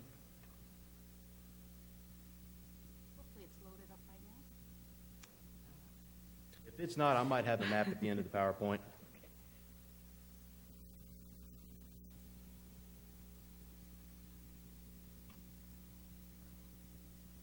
Do not. It's a long ways. So we're talking this odor being contained on 2 properties. We're talking many miles of separation from the school and the proposed plant site. All right. Very good. At this time, I'm going to open it up to council. Council questions that you may have for staff, for CCMA. Mr. Edwards? Yes, I have one question. We know we're looking at 3 million gallons a day. Is there possible expansion further in the future for this particular plant? Can it be permitted for that? Yes, sir, it can. We could take it up to build out for the area between Interstate 10 and FM 78 is somewhere in the 10 million gallon range. That's beyond what we typically model. Okay. Thank you. Yes, sir. Decide. There are no questions. Is there a motion to approve the ordinance? Move that we adopt ordinance number 17-S-09. Second. I have a motion from Mr. Thompson, a second from Mr. Crawford. Any other comments or questions from council? Hearing none, I'll call for a vote. Aye. Aye. Aye. Aye. Aye. Aye. Aye. 7 ayes and no nays. The motion carries. Thank you very much. And I'm going to move back to our agenda, back to the workshop. And I think the proper order to go in now is to the discussion regarding the Northcliffe Golf Course and its current and future status. Mr. Kessel and I had this put on the agenda largely because of the request from Mr. Scagliola and the folks that signed a petition that you'd shown us. So obviously, when we put this on the agenda, we did not have eyes into Mr. Roberts and what his plans were, and what I would call quite a success in getting things moved from at least not in ownership, but in a leasehold ownership of the golf course. So, Mr. Roberts, before I run my mouth any further, anything else you'd like to add about the current status? Well, it is an interim ownership, and that is to keep the property going, and also everybody's values, and and with GBRA and CCMA and all the people I work with. So, because to shut it down would be that, like I said, that would be really bad. There are some ownership people who have come to the table. One happens to be present tonight, that she will be bidding on the golf course, and to take full ownership and help guide it into the future. We have several others, and I also asked that down the road maybe the city council even maybe open up and be open to maybe taking possession of the golf course itself. All the other golf courses, Landon Park, Lumpy Hills, the city owns the golf course, their own golf course. It would be probably pertinent that maybe the city council look into that as an option if something else all fails. I know that closing the golf course would bring a lot of heartache, and that's why I did what I did. And I'm going to stand by the decision of putting it on my back and working with the city of Schertz and all the council members and with the city manager to make sure that it stays successful and profitable. And I know I sprung it on you this afternoon, but I haven't slept a lot lately due to the negotiations because I can't see Northcliffe closing. It has a lot of history. It's been here for 40 years, and our city is moving in that direction, and I just think that it's a win-win situation to keep it open. And if there's any questions for the city council to ask, feel free. I'm an open book all the time. Very good. Thank you, sir. I appreciate it. So I'm going to comment here first. We had an opportunity to visit with Mr. Roberts this afternoon and understand the change that has occurred or changes that are occurring. I'm very excited about it and pleased, and we already have begun a discussion about the ways the city can support him in his efforts and a future owner. Just to be clear, I would very much like to see the golf course remain in place. That would remain in place as an 18-hole golf course, privately owned into perpetuity. That would be the ideal situation. So all of the things being equal, I'd love to see it continue long after I'm in a box. That said, there's obviously some immediate challenges, which we're going to try to help as much as we can to help you work through.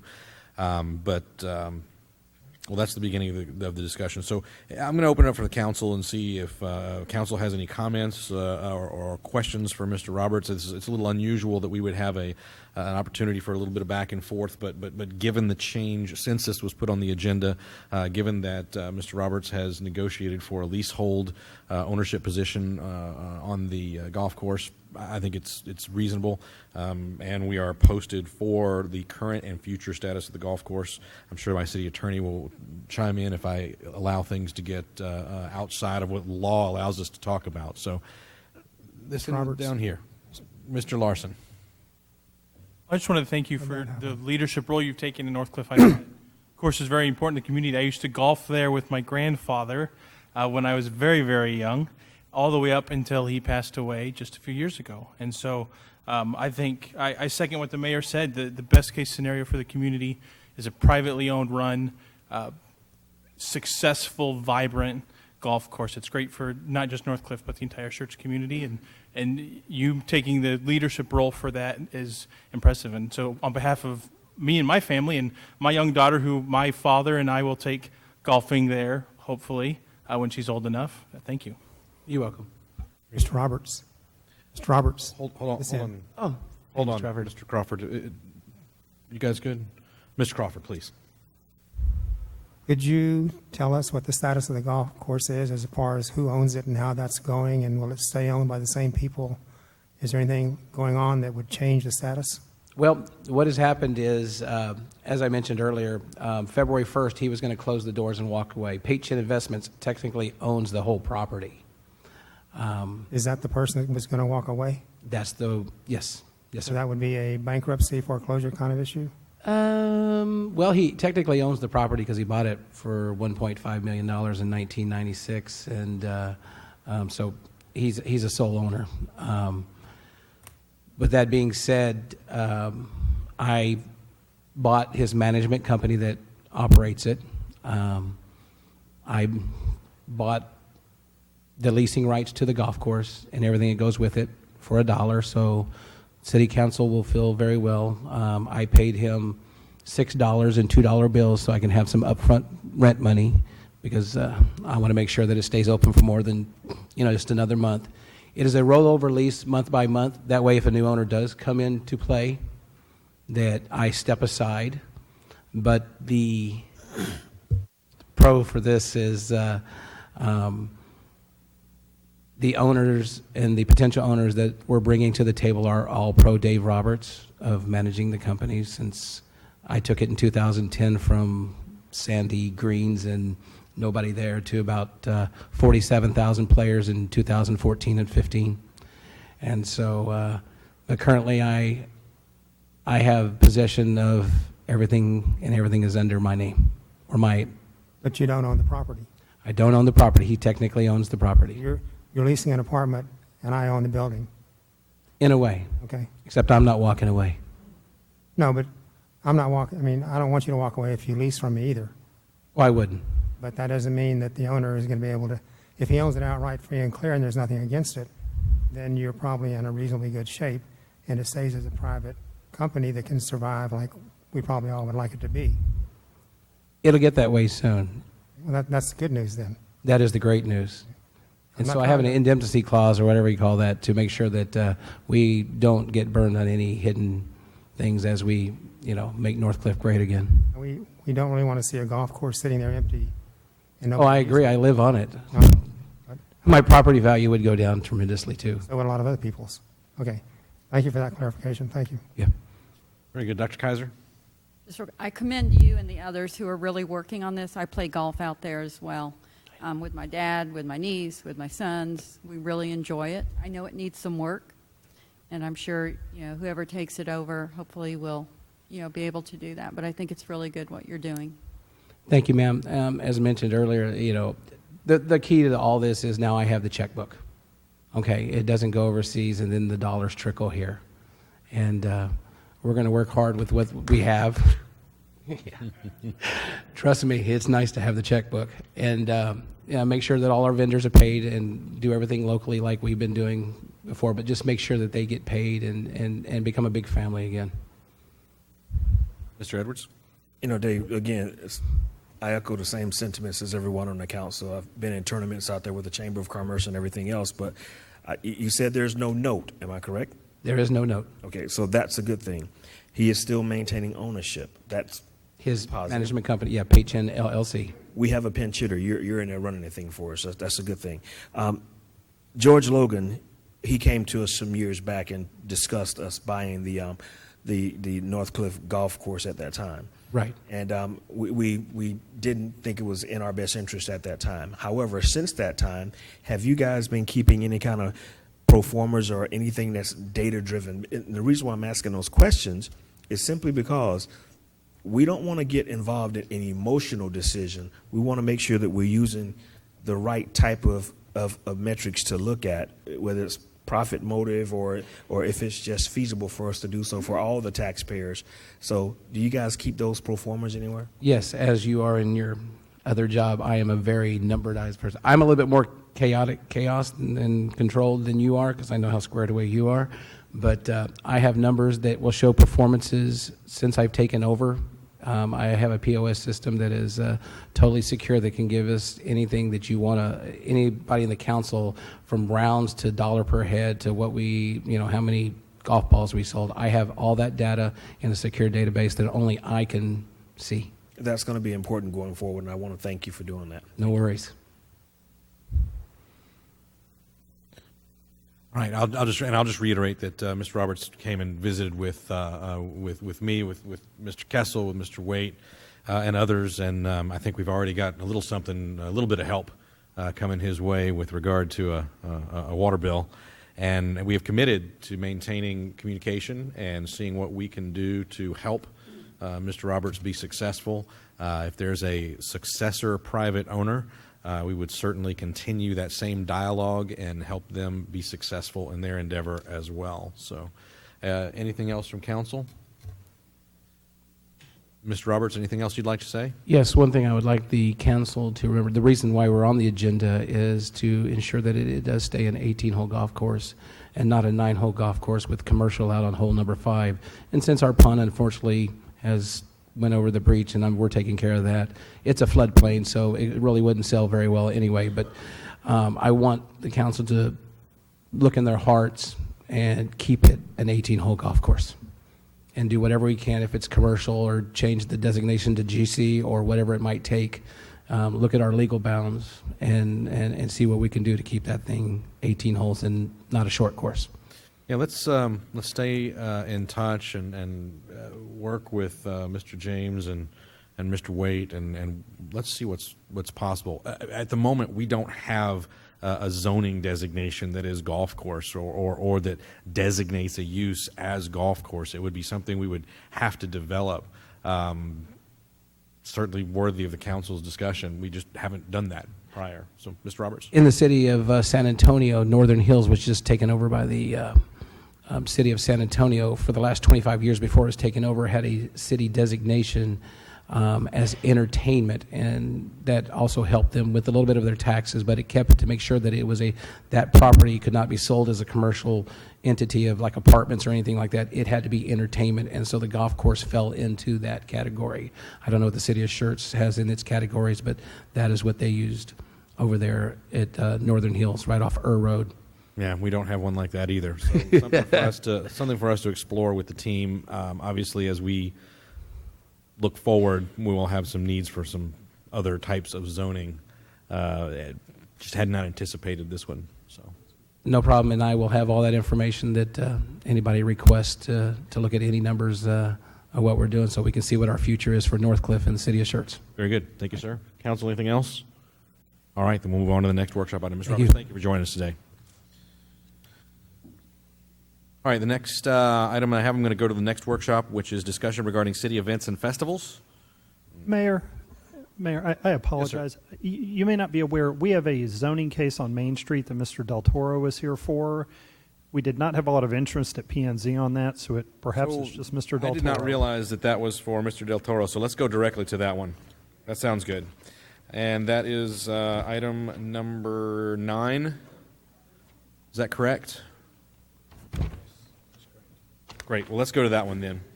We still have another guest that we should accommodate if we can.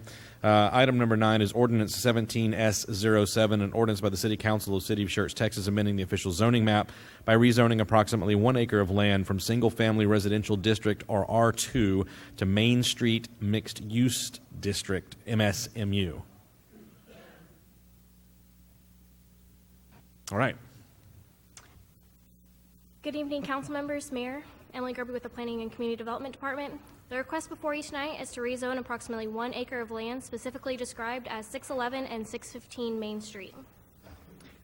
The property owner, Mr. Del Toro, is requesting to rezone his property located along Main Street from single-family residential district R2 to Main Street Mixed Use District, MSMU.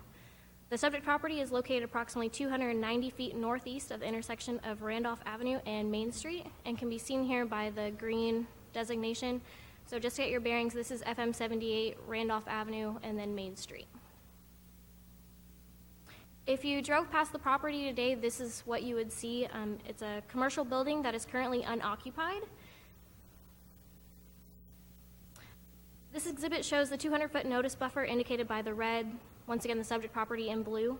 On December 30th, 2016, prior to the Planning and Zoning Commission meeting that was held on January 11th, 20 public hearing notices were mailed to property owners within the 200-foot notice.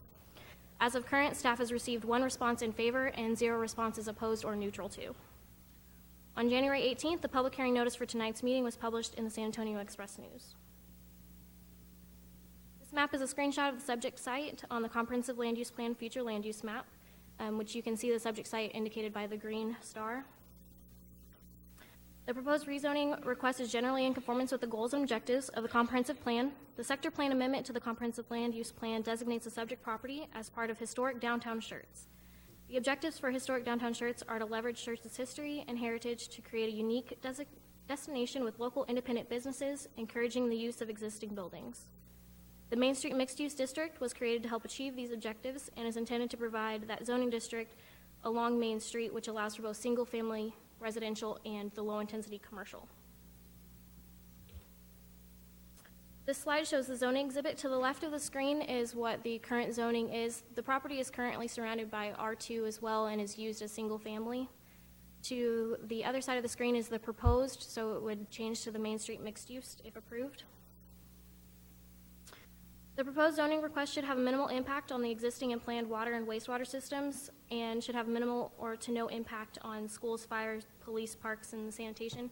The whole idea behind the Main Street Mixed Use is to take the property as it is, so take this commercial building and use it in its structure as it is.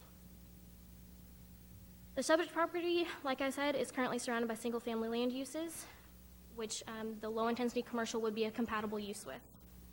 In conclusion, the applicant is proposing to rezone the property from the current single-family residential R2 to Main Street Mixed Use to allow for the low-intensity commercial that is permitted in the Main Street Mixed Use District. The Planning and Zoning Commission conducted a public hearing on January 11th and offered a recommendation of approval by unanimous vote. And at this time, staff is making the recommendation of approval of the rezoning request based on its compatibility with the adjacent land uses and the comprehensive land use plan. And as you know, Mr. Del Toro is here if you have any questions as well. Indeed, very good. At this time, this is on the agenda as for a public hearing, so I'll open the public hearing in just a moment. Anyone that would like to address the council on this matter should come forward, state their name and their address for the record, and as best they can, keep their comments to approximately 3 minutes. So at this time, I'm going to open the public hearing. Anybody that would like to address the council on this matter may come forward and do so at this time.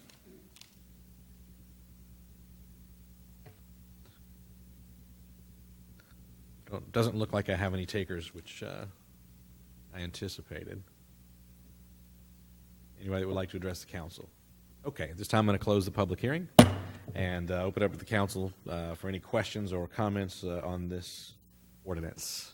Mr. Mayor, I'd like to make a motion that we approve ordinance number 17S07. Second. I have a motion from Mr. Edwards, a second from Mr. Crawford. Any other comments or questions from council? Hearing none, then I will call for a vote. Aye. Aye. Aye. Aye. Aye. Aye. Aye. 7 ayes and no nays. The motion carries. Thank you, ma'am. Mr. Del Toro. Next item, I'm going to skip around just a bit more.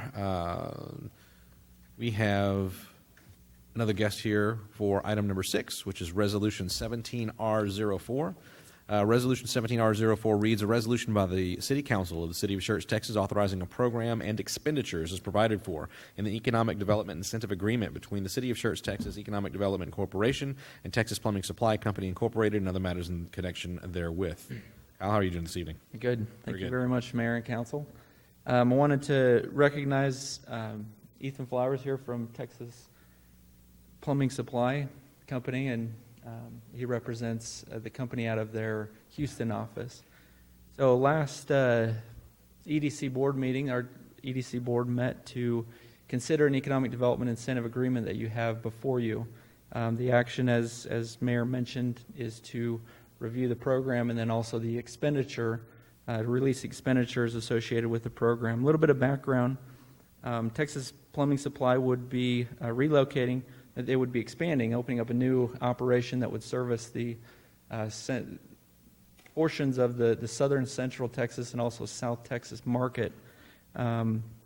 They are proposing a small business that would employ 10 people and have a minimum annual payroll of $407,000. As part of their operation, they would construct a 35,000 square foot facility. The facility would be located right off of Red Iron and Pipestone, which is in the Tri-County area near FM 3009. In connection with the development, the incentive would be used to help offset several site problems that would be overcome through the development. It also would go to address a private drainage easement that has impacted the area and be able to help resolve those areas. And so that incentive would in part be used to help some of those site development issues. Under the agreement, Texas Plumbing Supply would open up and have to commence operation during this current calendar year. So they would break ground and start operations this year. The EDC recommended a economic development incentive agreement of $112,000 or $112,500 that would be given at the time that they started operations and received the certificate of occupancy. As part of their agreement, they would have to maintain the jobs and then also maintain a minimum taxable value at the site of $4.5 million for a period of 5 years.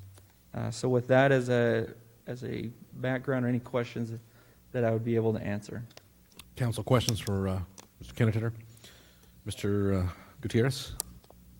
You indicated there was a number of employees will be 10. Is that the max number or just the start number? The way that we set these up in the agreements is that we set a minimum number. And as we mentioned, for a period of 5 years, they're required to report and to certify to us. And so that's used as a baseline number.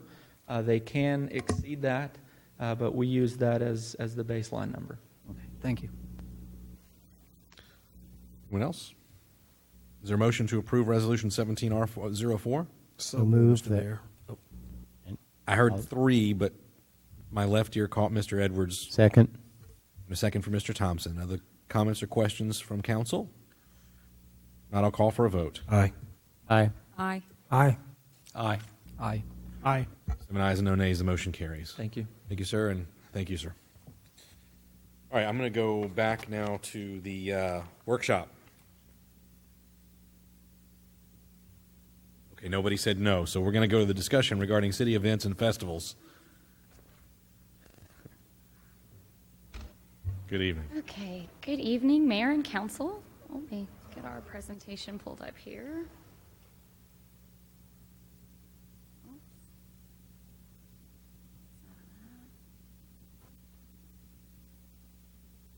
Okay, so this evening we're here to discuss the 2017 events.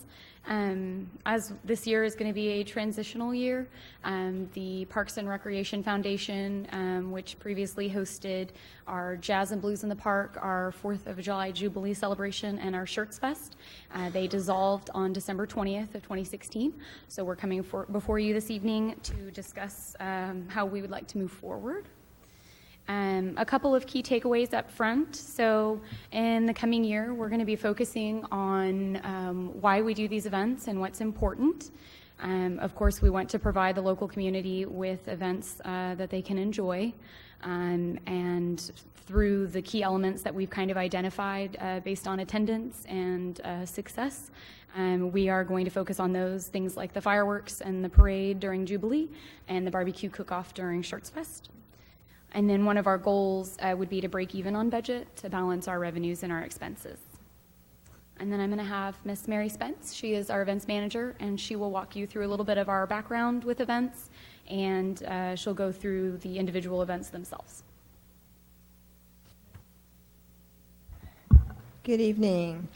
All right, so for events going forward, we do have 2 staff members that are part of the events team, myself and Miss Natalie, who's here with us as well. We worked together for the last few years with the foundation.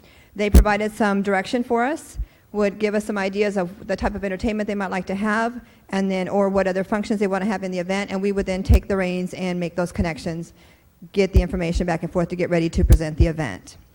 They also they have provided support for the events as well. They were available the days of the event, there to help to set up, help to execute the events, the various parts of it as well too, and then help with the cleanup of the events as well. Okay. If you look on the slide, it takes a lot of city staff to pull the events off. while we say that they're hosted by the Parks and Recreation Foundation, it is up to the city and has been for many years to execute the biggest parts of those events. The hours you see there will show you the amount of time, of staff time that it takes to be able to prepare, get ready, and execute these events that we have. On the dollars, it's with only 2 positions that are dedicated to the events portion of it, it does require some of that staff time, and therefore you see what the cost is to our city to host the events that are here. This is a number that's been static, whether it's the city hosting the event or the foundation, those numbers are not going to change. It still requires staff time to be able to execute these that we have. And then also at the bottom of this slide, you'll also see the 2016 Hot Fund contributions was $48,000. So the foundation would look at that number as a revenue. They're receiving that money from the city to help support their different elements of the events, like entertainment and the stage and sound and advertisement. And for the city taking on the events in 2017, that would be an expense to the city. So instead of us receiving $48,000, it would be an expense that the city would have to expend. A little overview of the 3 main events that the foundation on behalf of the city has been hosting. The Jubilee, it has a 41-year history. 2017 will be our 42nd year of hosting the event. It was created to celebrate the nation's independence. The process began in 1975 to get ready for the bicentennial. So that event is very popular, very well attended. Key elements of that event are definitely the fireworks show, the parade that we have on the 4th, and a multi-day carnival that is held as well. Some of the other elements of the event that help to round out include the live music. We added a 5K run a few years back, and then you've got all the vendors, the craft and business vendors that come out there as well. On the numbers you see there are purple smudge. You've got revenues and expenses that show you there what it takes to put on an event, and then what the revenues that you're going to get back from this event. Now, Jubilee is one of those that on the evening of the 4th, you're going to see 12 to 15,000 people in the park. That's a positive, but it takes a lot to get it ready so that we have all those folks here. And again, to the city staff, you'll see the hours that are there. It requires quite a bit of time for us to be able to put these events on.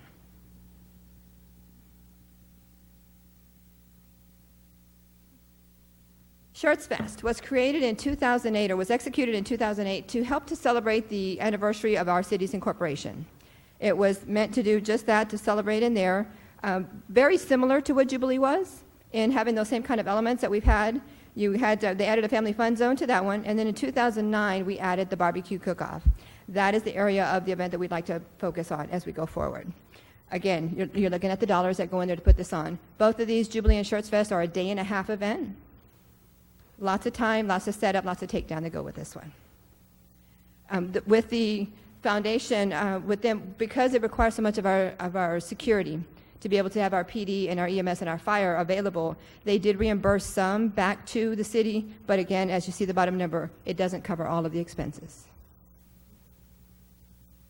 And just to note as well on Jubilee, the foundation, you'll see that foundation reimbursement for public safety, $4,500. That's for both Jubilee and for Schertz Fest. And then a few years back, we added jazz and blues to the calendar of events. With our Jubilee and with our Schertz Fest, we covered the country, we covered the Tejano, a little bit of the classic rock sometimes. We didn't have anything that really fed to this genre of music. So we added the jazz and blues. It was put together a few years in 2009, 2010, took a couple of years of a break. We brought it back in and moved it on the calendar and just created a very simple event to come through. Key element was the live music. Jazz, blues was added to it the last couple of years. It also involved a car show, and we also had some food vendors out there. Very low-key event, definitely different than what we did with our Jubilee and our Schertz Fest. Expenses are not as high. It was a one-day event, and even though we had music all day long, your expenses weren't as much as mostly what you were paying for was the entertainment through that one. Okay? Again, it requires staff time to be able to execute this event. Net cost to the city that you'll see there, and profit and loss was marginal, but nevertheless it was.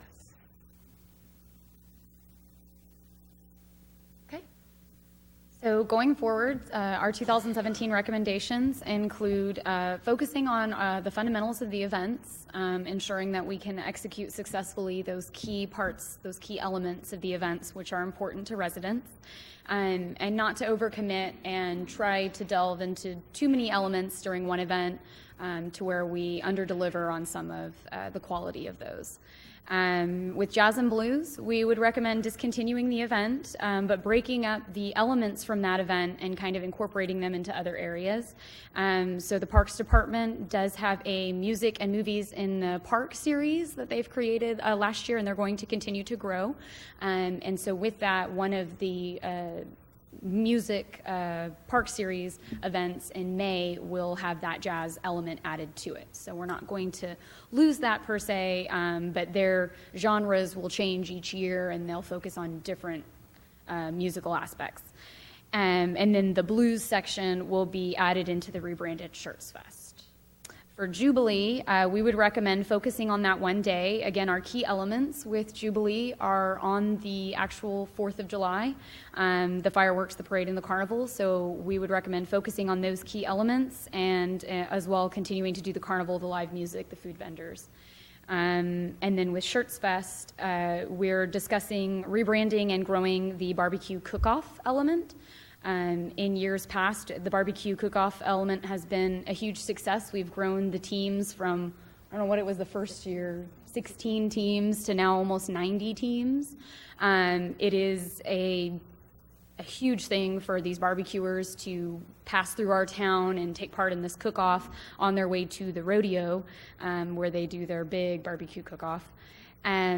But there's really not been a way to engage the community with this element. And so we're wanting to take Schertz Fest, rebrand it, and then explore some of these other elements, which are barbecue tasting, so possibly selling plates where people can go and taste different barbecues from the folks that are participating in the cook-off. Also incorporating possibly a kids queue, so having the kids come out and participate and do a little barbecue, craft beer tasting if possible, food vendors, live music would include that blues element, and then adding a car show element and possibly a barbecue expo. So these are just ideas for us to explore in 2017 to grow that barbecue element. So in summary, focus on, again, why we're doing this, what's important, ultimately to ensure that we're providing a great community for our events or for our residents to enjoy. Of course, try to break even on the budget and balance those revenues and expenses appropriately. And then that last bullet, Mr. Kessel will discuss, but evaluating July 4th holiday time off for staff. Certainly, and Mayor and Council, one of the challenges that we've had with the 4th of July is that that's a city holiday, but we ask about 900 hours of city staff. It's a significant number of people that come out. One of the goals that the city has with our holidays not only is to receive holiday pay, but more importantly to have time off with family. And so obviously this is one of the most significant events that we would never want to lose, but we've always prided ourselves in being a family-friendly place to work. What staff is considering and is looking for some feedback from the council on is the idea of taking one of our other paid days off, in this case Columbus Day, which falls on a Monday each year in October, and trading that for the day after the 4th of July, so that those 900 hours of employee time can have a day off with their family associated with that. What we're finding and looking at it is most citizens are not expecting that the city offices will be closed on Columbus Day. And so they come in on a Monday and they're surprised that we're closed. What we also find, however, is that many people travel or have more holiday time off with family and friends themselves around the 4th of July. Many stay out late that night. And so our numbers generally, and this is intuitive, we have not tested it, but in conversation seem to be that people are not as active coming in the day after the 4th of July. We feel like it's a win-win to trade those two holidays, give time off with family for the staff, and maybe meet our customers' needs a little bit better in the fall. Okay, Council. Mr. Davis, I think you had asked for us to start the exploration of this. So I want to recognize you first, sir. Thank you, sir. Thank you, Mr. Mayor. Can we go back to the slide with the total hours?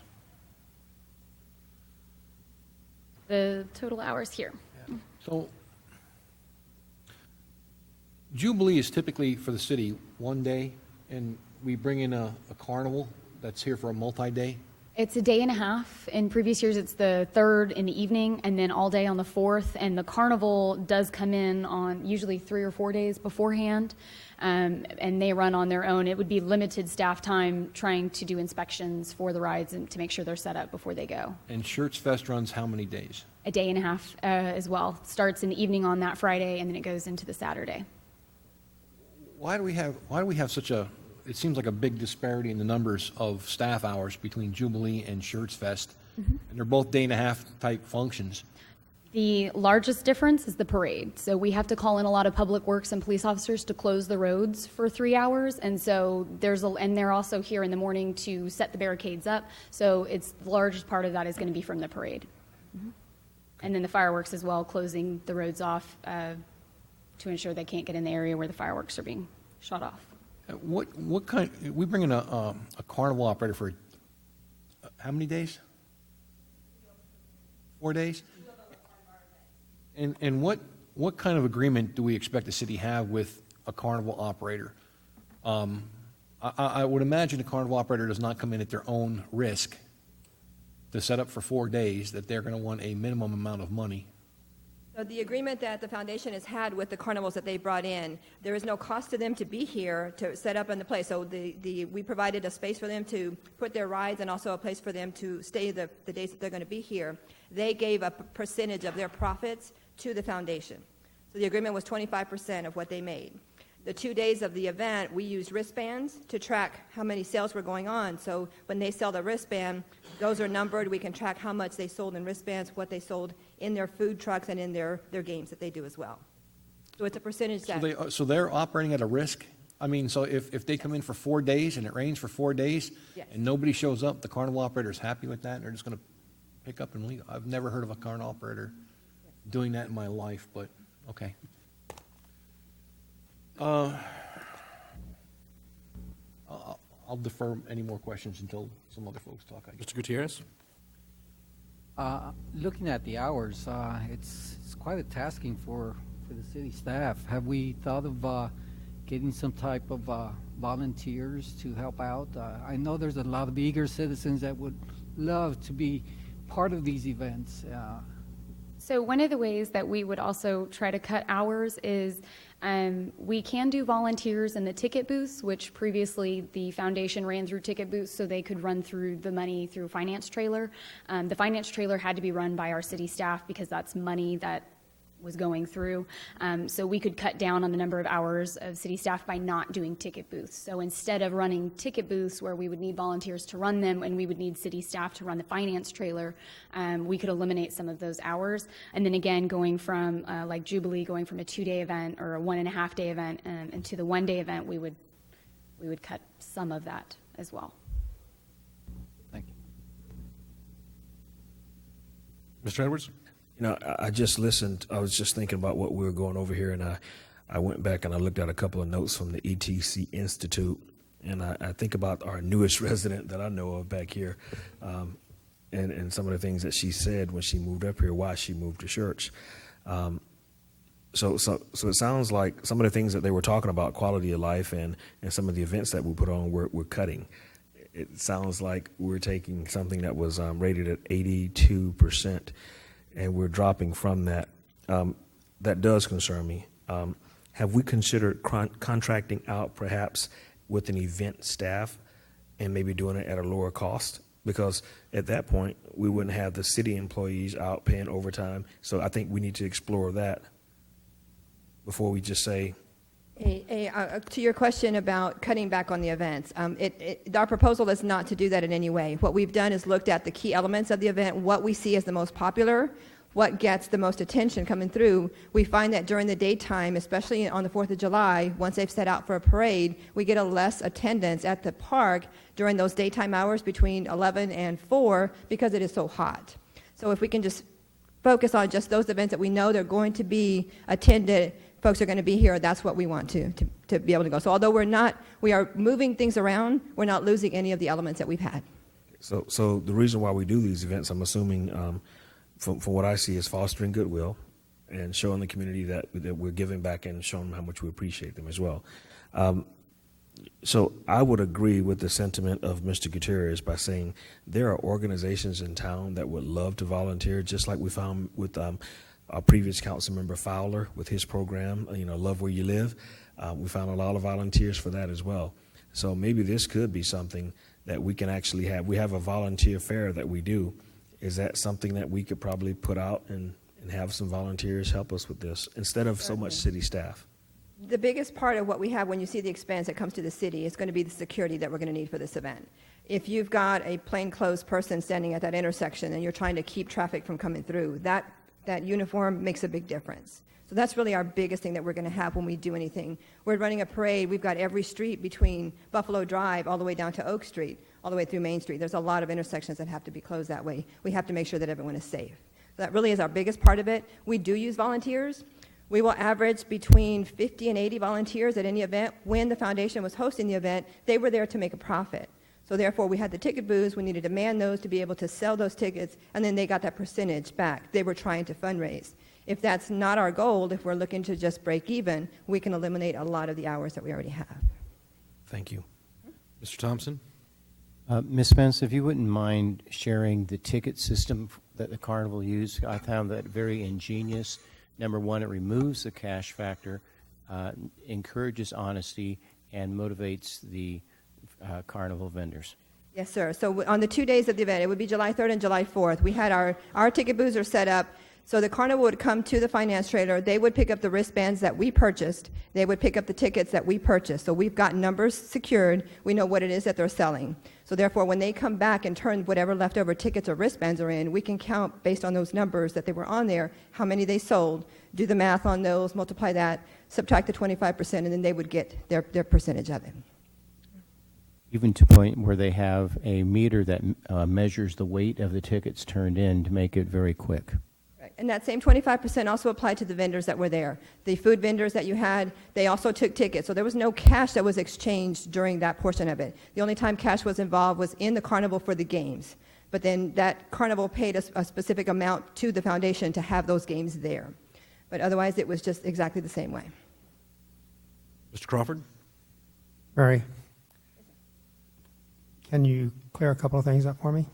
I've done a little bit of work in the ticket booth, and I think that's a good idea, and I'd like to see us keep that if possible, and I'll try to do better out helping.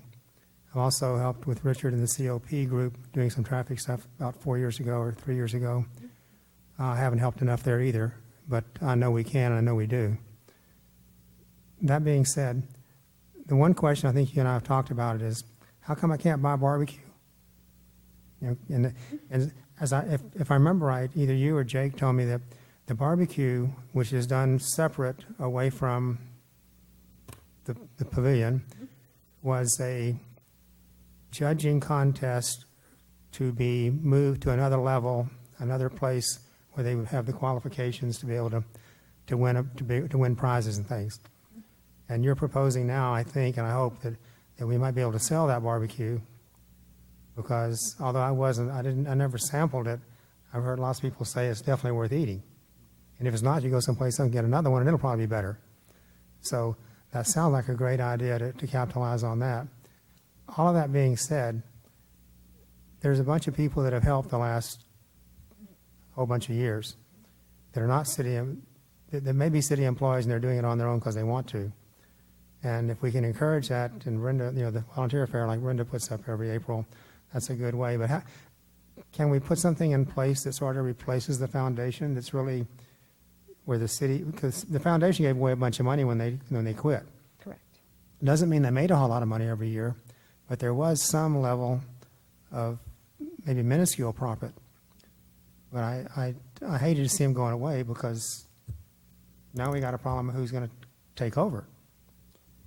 So am I on track with what I'm saying? You are. And so what we're doing, so that you understand, as we mentioned in the first couple of slides, where they offered support to us, gave us some direction, the majority of the event was executed through the events office, through the public affairs team. We got a lineup. We would meet with the foundation monthly. When they would give us an idea of a band that they wanted to have at the event, we took over from that point. We made the contact with the band or their agent. We got pricing, we got what our budget was through the foundation, but all the rest of it to the end point of executing the event came through our office. So it's what the foundation gave us. Yes, they were active, they were busy, they were there to help us execute, but much of the legwork was done through the city itself. When it comes to barbecue, that is our goal. We do absolutely understand that when you go down for Schertz Fest, you're up there, you see all the teams set up over there, and you've got other activities happening under the pavilion, and you walk down to the barbecue area and you're not able to taste anything that's there. We're hoping to incorporate that into what we want to rebrand Schertz Fest to be able to do that as well.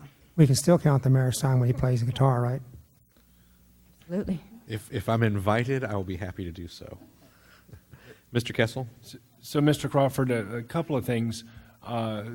First, we really do think that the biggest value for Schertz Fest, however we rebrand that, would be to bring the barbecue tasting to our citizens. There's nothing more frustrating than walking around a barbecue, smoke-filled park and seeing all that barbecue and not be able to taste any of it. Can they still get their credentials to move on and be? We're working out those details, and there may be some more information, but certainly our goal is that when you come to the Schertz Barbecue Fest, whatever it gets rebranded as, that you're going to end up saying, wow, I tasted some of the best barbecue in Texas, and I'm going to come back and I'm going to tell all my friends this is the place to go. And we really want to create a following within our community, within the region, maybe even the state, that if you want to taste good Texas barbecue, you come down here, there's going to be blues music playing, there's going to be a car show, you're going to have an expo, you're going to see equipment, have demonstrations, but most importantly, you're going to be able to taste barbecue. I think that I do want to clarify something. The foundation struggled perhaps to make a profit. And some years were better. If the weather was good and the crowds were good, the bands were popular, they would get that number. But it always showed revenue from HOT, which would mean that the city was subsidizing it $48,000. That was shown as revenue to the foundation. We would have to show that as an expense. The other side of that is that it never accounted fully for the cost of the city staff, of the policemen, the public works employees, the folks that you cannot substitute volunteers for. And that number, again, far outweighed what they would have even on a good year. So, our goal to get back to even is a pretty reasonable goal. It really is something that if we're delivering greater value to our citizens for these events, we're probably in a much better position to use those revenues that we've not spent in other areas that are going to deliver quality of life value. And so it's really about saying, how can we get back to these basics and do what people want? On the 4th of July, they're not coming out at 3 in the afternoon. They want to come out for the parade, and then they want to come out and watch fireworks. And they want to hear some music while they're setting up to wait for the fireworks. That's really what our citizens are looking for from a 4th of July celebration. We had fairly low attendance typically on the night before music relative to the size of the crowd for both the parade and for the fireworks. So just kind of keeping things in the relative perspective, we feel like this is the best way to deliver value to our citizens and quality of life. One thing I do want to touch on, I know Linda brought it up briefly, and to speak to your point, Councilman Edwards, is this idea of are we taking away quality of life, but our Parks Department has recently started with their Music in the Park and Movies in the Park series. So in addition to these two larger events, our citizens can come out on a quarterly basis and enjoy, these other free events. And as to Mr. Kessel's point with the July 3rd, with the low attendance, it's maybe focusing those efforts on one of the music or movies in the parks and having those efforts there. So I believe we do offer, with the new series that Parks has started, a good variety of events for our citizens to attend. Anything else, Mr. Crawford? No, Mr. Thompson? Mary, in light of your earlier comment, what percentage of the logistical planning and event management would you say that the city staff was doing in their, I'm going to use partnership, that may not be the most precise word, but in your relationship with the foundation, what percentage of the logistics, the event management, the day-to-day operations would you say the city did during the course of the average 12 months? From beginning of planning the event to the execution, probably 90% of the work was done through the city. At the actual event itself, during there, that's when we had those volunteers that helped to execute the parts of it. But leading up to it, was the majority of it comes through the office here. So we can safely assume from a council viewpoint that 90% of what had happened will continue to happen through the city. Yes, sir. Thank you. Which is, again, not to keep bringing up the point, but to focus on what the key elements of the events are.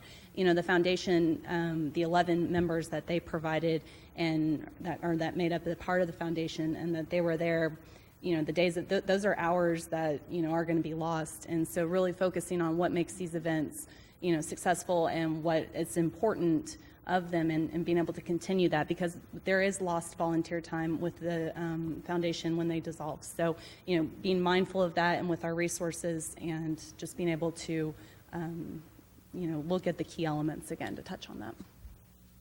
How much of the event does, I'm sorry, Mr. Mayor. Go ahead, Mr. Edwards. How much of the event does the chamber take over? Because a lot of different cities use Chamber of Commerce to do a lot of different events. So have we thought about that or even explored it? We have not explored it. The chamber has had the events before in years past, and they've passed over to the city since then. So they do provide volunteers for us. They have, many of the members of the chamber have volunteered. Hey, Mr. Thompson? One thought to consider, is there a readily identifiable list of activities that volunteers could do so that we could approach our Schertz-based businesses?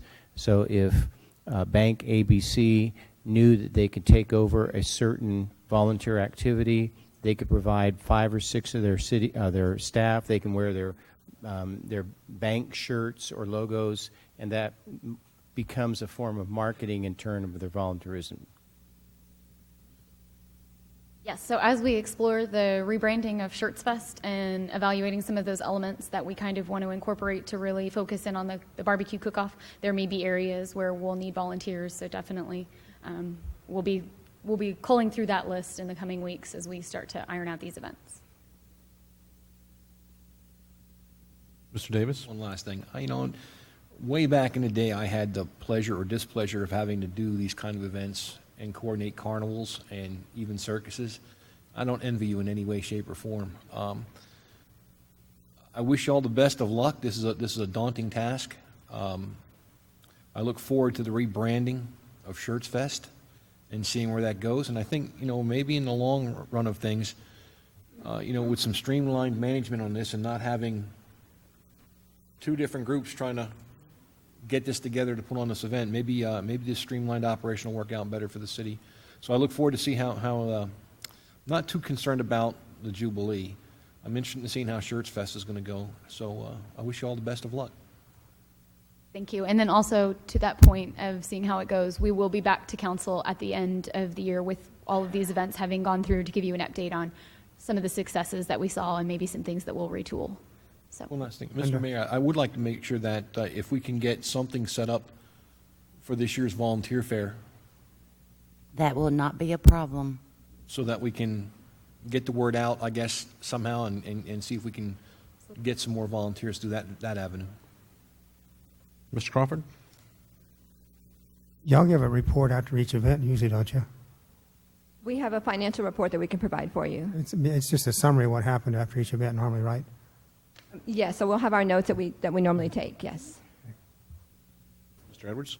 Mayor, would you guys mind speaking with like the Lions Club, the Kiwanis Club, the Optimist Club? Those clubs love to do volunteer hours, and even if you could just somebody go and present to them, I think it'd be great. So when, Mr. Thompson, when you mentioned about getting businesses and having to come out wear their shirts, that was how we got our volunteers to come out. We would go out directly to the businesses and ask them to come and work in a ticket booth or in the beer booth, and then they would be able to wear that logo clothing that they had. It was a form of marketing. So something that we have been using. Mayor, Mrs. Dennis. yes, the volunteer fair information will be going out in the Schertz magazine probably in March, and we will be more than happy to put some information in there regarding that we're going to have different vendors and different organizations there, and we'll also put a little deal in there that looking for volunteers for these city events as well. Okay, very good. I have just one comment on this one. The one consistent thing that I heard during the presentation, and Mr. Davis hit it on a couple of times, this is a lot of hours that staff puts in on these things. And earlier I heard Mr. Kessel say, well, why don't we take our Columbus Day holiday and move that maybe to July 5th? Why don't we just err on the side of the employees and not move the Columbus Day holiday and just make the 5th a holiday for our employees after the 4th? I mean, is it? So I guess what I'm asking is, Mr. Kessel, would you get finance to give us some indication about what that might cost us, and what the volumes of July 5th look like? And I'd really rather just err on the side of the employees, have an additional day, and maybe it's not July 5th, maybe it's a floating day for just to make up for the various volunteer times or times that we have employees working that otherwise they may not be. Can you put that together for us? Okay, I'd really like to visit that, and I think that's probably better than saying, well, we'll move something over here and we'll let you have this time. Let's maybe be additive and err on the side of the people. With that said, anything else from staff? Council's good. All right, let's move on. Thank you very much. I appreciate it. Thank you. Next on the agenda, we have our consent agenda items. On our consent agenda this week, we have our minutes, approval of the minutes of the special meeting of January 20, 2017, and the regular meeting of January 24, 2017. We have boards, committees, boards, commissions, and committee member appointments. It's consideration and our action ratifying the appointment of Mr. Roland Perry as a regular member to the Transportation Safety Advisory Commission, and the appointments of Ms. Lisa Locken as an alternate member to the Parks and Recreation Advisory Board, and ratifying the appointments of Council Member Cedric Edwards, Ms. Susan Beck, Ms. Regina Agee, and Mr. Jim Fowler to the 2017 Hal Baldwin Scholarship Committee. Item number 3, City Council liaison appointments. Consideration and action ratifying the appointment of Council Member Mark Davis as a council liaison to the Schertz Housing Authority Board, the appointment of Council Member Angelina Kaiser as council liaison to the Schertz Animal Services Advisory Commission, the appointment of Council Member Bert Crawford as council liaison to the Schertz Seguin Local Government Corporation, and the appointment of Council Member Mark Davis and Council Member Bert Crawford to the Interview Committee for Boards and Commissions. Item number 4, Ordinance 17T05, an ordinance by the City Council of the City of Schertz, Texas, authorizing a budget adjustment to fund the purchase of smart messaging trailers, repealing all ordinances or parts of ordinances in conflict with this ordinance, and providing an effective date. Item number 5, Resolution 17R02, a resolution by the City Council of the City of Schertz, Texas, appointing members to the Alamo Area Council of Governments Regional Emergency Preparedness Advisory Committee and other matters in connection therewith. Ladies and gentlemen, any of these items that need to be pulled and considered individually? If not, is there a motion to approve the items as read on consent? Second. I think I heard Mr. Thompson make a motion to approve the items as read on consent, followed by a second from Mr. Edwards. Any other comments or questions from council? Hearing none, I'll call for a vote. Aye. Aye. Aye. Aye. Aye. Aye. Aye. 7 ayes and no nays. The motion carries. The next item that we have on our agenda this evening is item number 7, Resolution 17R05, a resolution by the City Council of the City of Schertz, Texas, authorizing contracts with Ford Engineering Incorporated totaling no more than $162,000 for the design excuse me, of the Schertz Parkway Improvement Project and various separate and unrelated engineering services during the 2016-2017 fiscal year and other matters in connection therewith. Yes. Good evening, Mayor Council. Mr. Bush. This is for, as you read, a resolution to total no more than $162,000 for design on Ford Engineering. Just to walk you through some of the things that we're looking at doing with Ford. We have the Schertz Parkway project. That's going to be reconstruction of Schertz Parkway from Maskey to East Live Oak, just down the way. That's about $61,000. The Corbett elevated water storage tank. The additional services we're looking at are easement acquisition for the water line that's going to feed the tank site. And so part of that water line, some of you may remember, was upgraded with the Bear County project when that went in, and so we're looking at the rest of that water line. And also engineering services related to tank painting. And so there's going to be the 1.5 million gallon here at East Live Oak, and then also the Nacogdoches tank we're looking at painting this year. So, and then left a little in there for, as you know, Ford Engineering is on call, an on-call engineering services contract for us, and so want to leave a little bit in there. And of course, if there's any projects that's related to, we'll follow the proper policies for getting that implemented. Council, questions for Mr. Bush? I do have a question. This is quite interesting.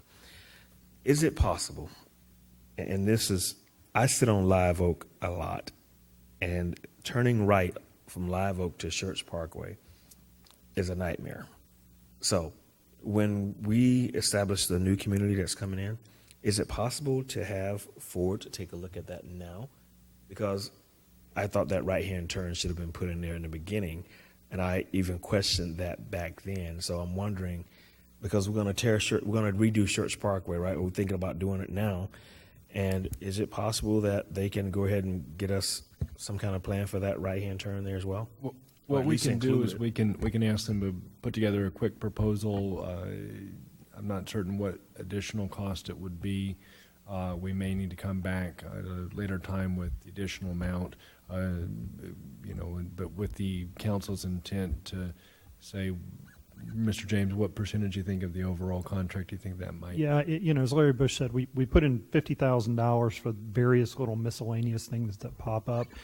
What I would say is, rather than have them do a design, maybe we do a quickie study to determine challenges or problems to doing that, kind of give us an order of magnitude what we're going in. We can then report back to council on that. Hopefully they would be able to give us ballpark, here's what we think it might cost to do the design and construction in short order. So let us come back with something I think kind of goes to Councilman Edwards' question. And you are saying that when they come out of the new road that's going in, they're going to have that design already built in, right? The right-hand turn? So I'm going to interrupt just for a second. We are definitely on the edge of what we're posted for, which is just approving the 162,000.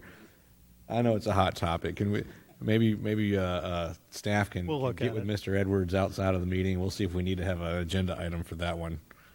Thank you. I didn't even have to look all the way over at my city attorney. I could feel the warmth. Mr. Thompson? Mr. Edwards edged in the question I was going to ask. Thank you. Very good. Other questions from council? Is there a motion to approve 17R05? Mr. Make a motion, we approve Resolution 17R05. Second. That was Mr. Gutierrez. It was my right ear, the one with the hearing damage. I have a motion from Mr. Crawford, a second from Mr. Gutierrez. Any other comments or questions from council? Hearing none, I'll call for a vote. Aye. Aye. Aye. Aye. Aye. Aye. I have 7 ayes and no nays. The motion carries. The next item on the agenda this evening is item number 8, Resolution 17R08, a resolution by the City Council of the City of Schertz, Texas, authorizing the city manager to negotiate for the purchase of land for the appropriate placement of Fire Station 3. Mr. Waite, good evening. Good evening, Mayor, members of council. Let me do a little switcheroo here.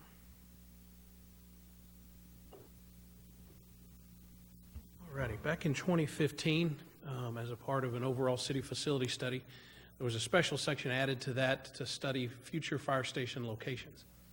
The primary one that we were the most interested in was the Fire Station 3 location that we knew we desperately needed. Coming out of that study, that was conducted by Mr. Mike Peach, a engineer who was working with the firm, the architectural firm that was doing our study. Coming out of that, he evaluated several locations over the city, but for station number 3 specifically, he kind of put a bullseye right around the corner of Ray Corbett Drive and FM 1518. Idea being, with his other station locations and our current station locations, that as you build stations in all of these areas, you'll eventually get the response time for a fire apparatus to any fire in the city to 4 minutes. So the bullseye was right at Ray Corbett Drive, and then the other part of his project for Station 3 was to evaluate some possible land locations to place Station 3. He picked 3 specific locations and then went about evaluating them on a number of things that are important if you're going to build a building for the next 40 to 50 plus years, including access, ease of access onto major roads, the safety of doing so in an emergency vehicle, flooding issues and other issues related to the land and neighborhoods and things like that. And did a weighted matrix on all 3 of these properties that you see before you. And a number of the things he looked at, like for this property here, it would exit either right onto Schaefer Road at the corner of 1518 or onto 1518. A potential dangerous exit for a fire apparatus. Traffic's not expecting it to come right out of the station. There's not a traffic signal at the station location. Other issues that make that an unsafe place to enter traffic. Another parcel of land he looked at had some drainage concerns and some water flow concerns across the property. And then the third site that he looked at actually scored the highest of the 3 sites, and was in the Crossvine development, actually on the south side of Lower Seguin Road. And in this process that we've done since passing the bond issue and meeting with the owners of that land, they actually suggested instead of placing it there where they currently have a multifamily housing unit planned to come sometime in the future, is maybe we move that to the north side of the road, which is going to be what they're calling their town center. Which is going to be probably a much better place and make the fire station sort of an anchor facility there. I don't want to steal too much of Assistant Chief Long's thunder that he's going to do during the orientation session tonight. But it appears that this land is great for all the circumstances. It's about 1,200 feet off of FM 1518, about 340 feet from what will be the intersection of Hollering Vine and Lower Seguin Road. The projection is for them to build Hollering Vine on north into this town center area. So it places it between 2 intersections, a good safe distance off of each one so we don't get tied up into traffic being backed up in front of the station, and allows the crews to get out and get established into traffic before approaching a major intersection with FM 1518.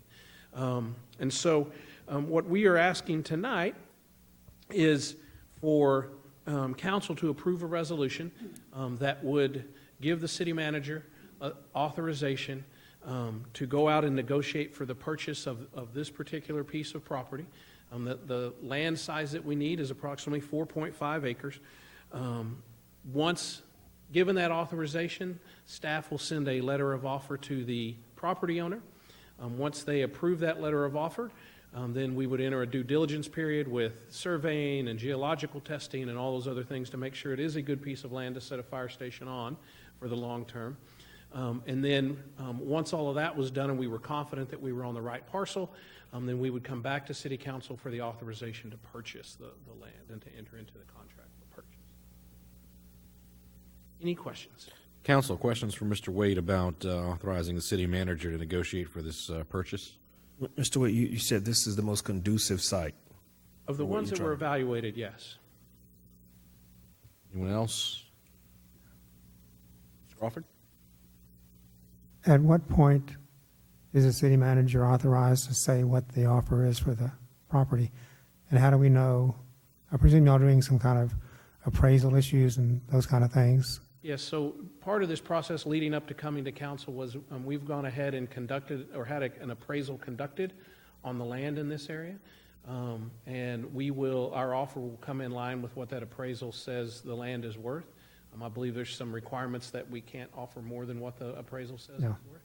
And so that is the anticipation of where that will land. Thank you. Anyone else? Mr. Thompson? Move that we adopt resolution number 17-R-08. Second. Dr. Kaiser, second. Mr. Thompson with the motion. Any other comments or questions from council? Hearing none, I'll call for a vote. Aye. Aye. Aye. Aye. Aye. Aye. Aye.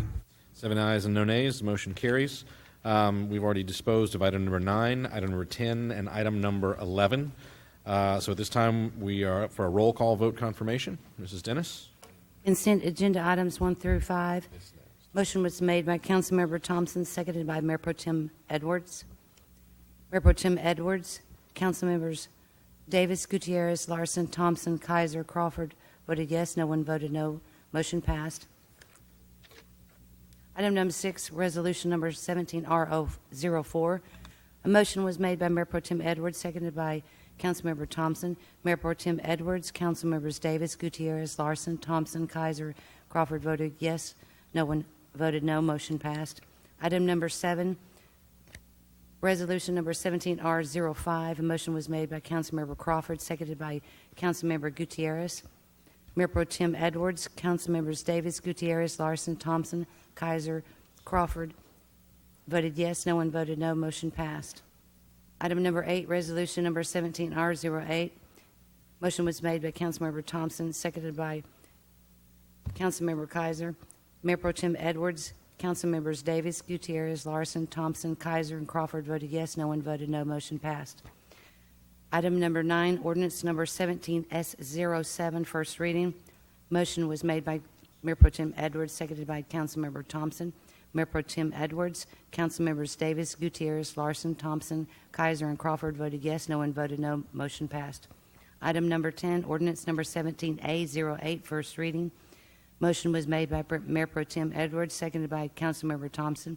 Mayor Pro Tem Edwards, Councilmembers Davis, Gutierrez, Larson, Thompson, Kaiser, Crawford voted yes. No one voted no. Motion passed. Item number 11, ordinance number 17S09, first reading. Motion was made by Councilmember Thompson, seconded by Councilmember Crawford. Mayor Pro Tem Edwards, Councilmembers Davis, Gutierrez, Larson, Thompson, Kaiser, Crawford voted yes. No one voted no. Motion passed. Very good. We're going to now go to item number 16, council member orientation. However, we'll have a 5-minute recess so that we can move from this room into the workroom.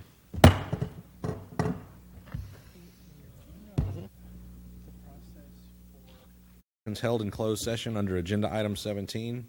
Mr. Mayor, I'd like to make a motion that we give the City Secretary, Brenda Dennis, a 3% merit increase effective immediately. Second. I have a motion from Mr. Edwards, a second from Mr. Thompson. Any other comments or questions from council? Thank you, Mrs. Dennis. Glad to have you with us. Glad to have you with us for at least another year. Make it 5. I'll call for a vote. Aye. Aye. Aye. Aye. Aye. Aye. Aye. 7 ayes and no nays. Next item that we have on the agenda are announcements by the city manager. You have anything further, Mr. Kessel? Not this evening. Item 13, future agenda item requests from the council. Anything that we do not currently have scheduled for a future meeting that we need to have addressed? Mayor Carpenter. Mr. Davis spoke first. I'll come right back, Mr. Crawford. Your ear caught that? Believe it or not, my right ear caught that. Good.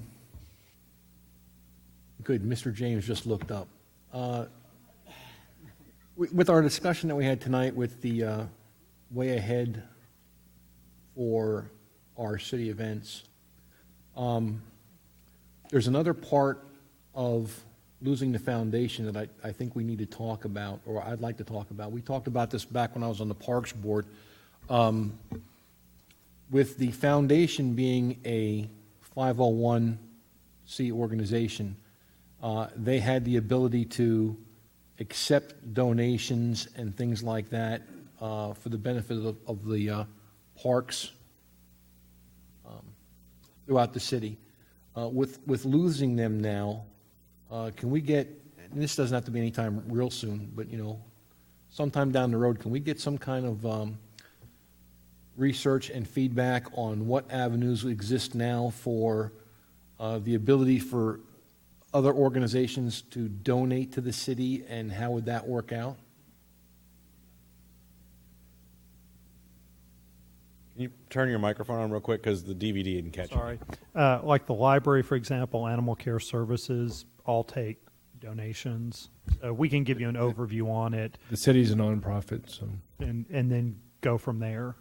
Yeah, So we'll prepare a summary in the next I'm specifically few weeks. interested in is there an avenue, because we talked about this on the Parks Board back in the day. Places like Austin have a foundation where people can go online and make donations to the parks and stuff like that. So We can do an overview for y'all. Yes, sir. thank you.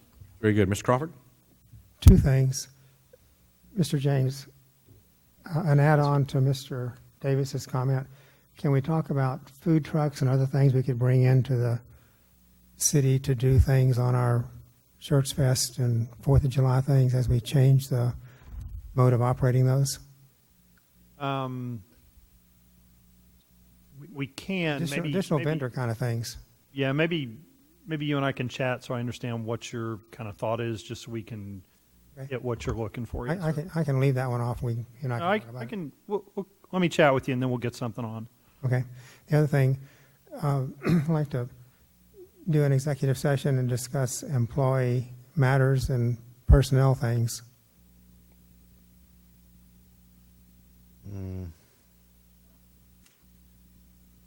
Yeah. You can't go into executive session to just discuss general personnel issues. There's no authority for that. Any general personnel discussions and employee issues have to be discussed in open session. If you have a specific employee in mind, then you can discuss that specific employee, but then, of course, they have the right to request that discussion to be in open session. Okay. Then I'll withdraw my comment for now. Perhaps we can visit it and I'll get a better understanding of the situation. I have to do some additional thinking for wording things.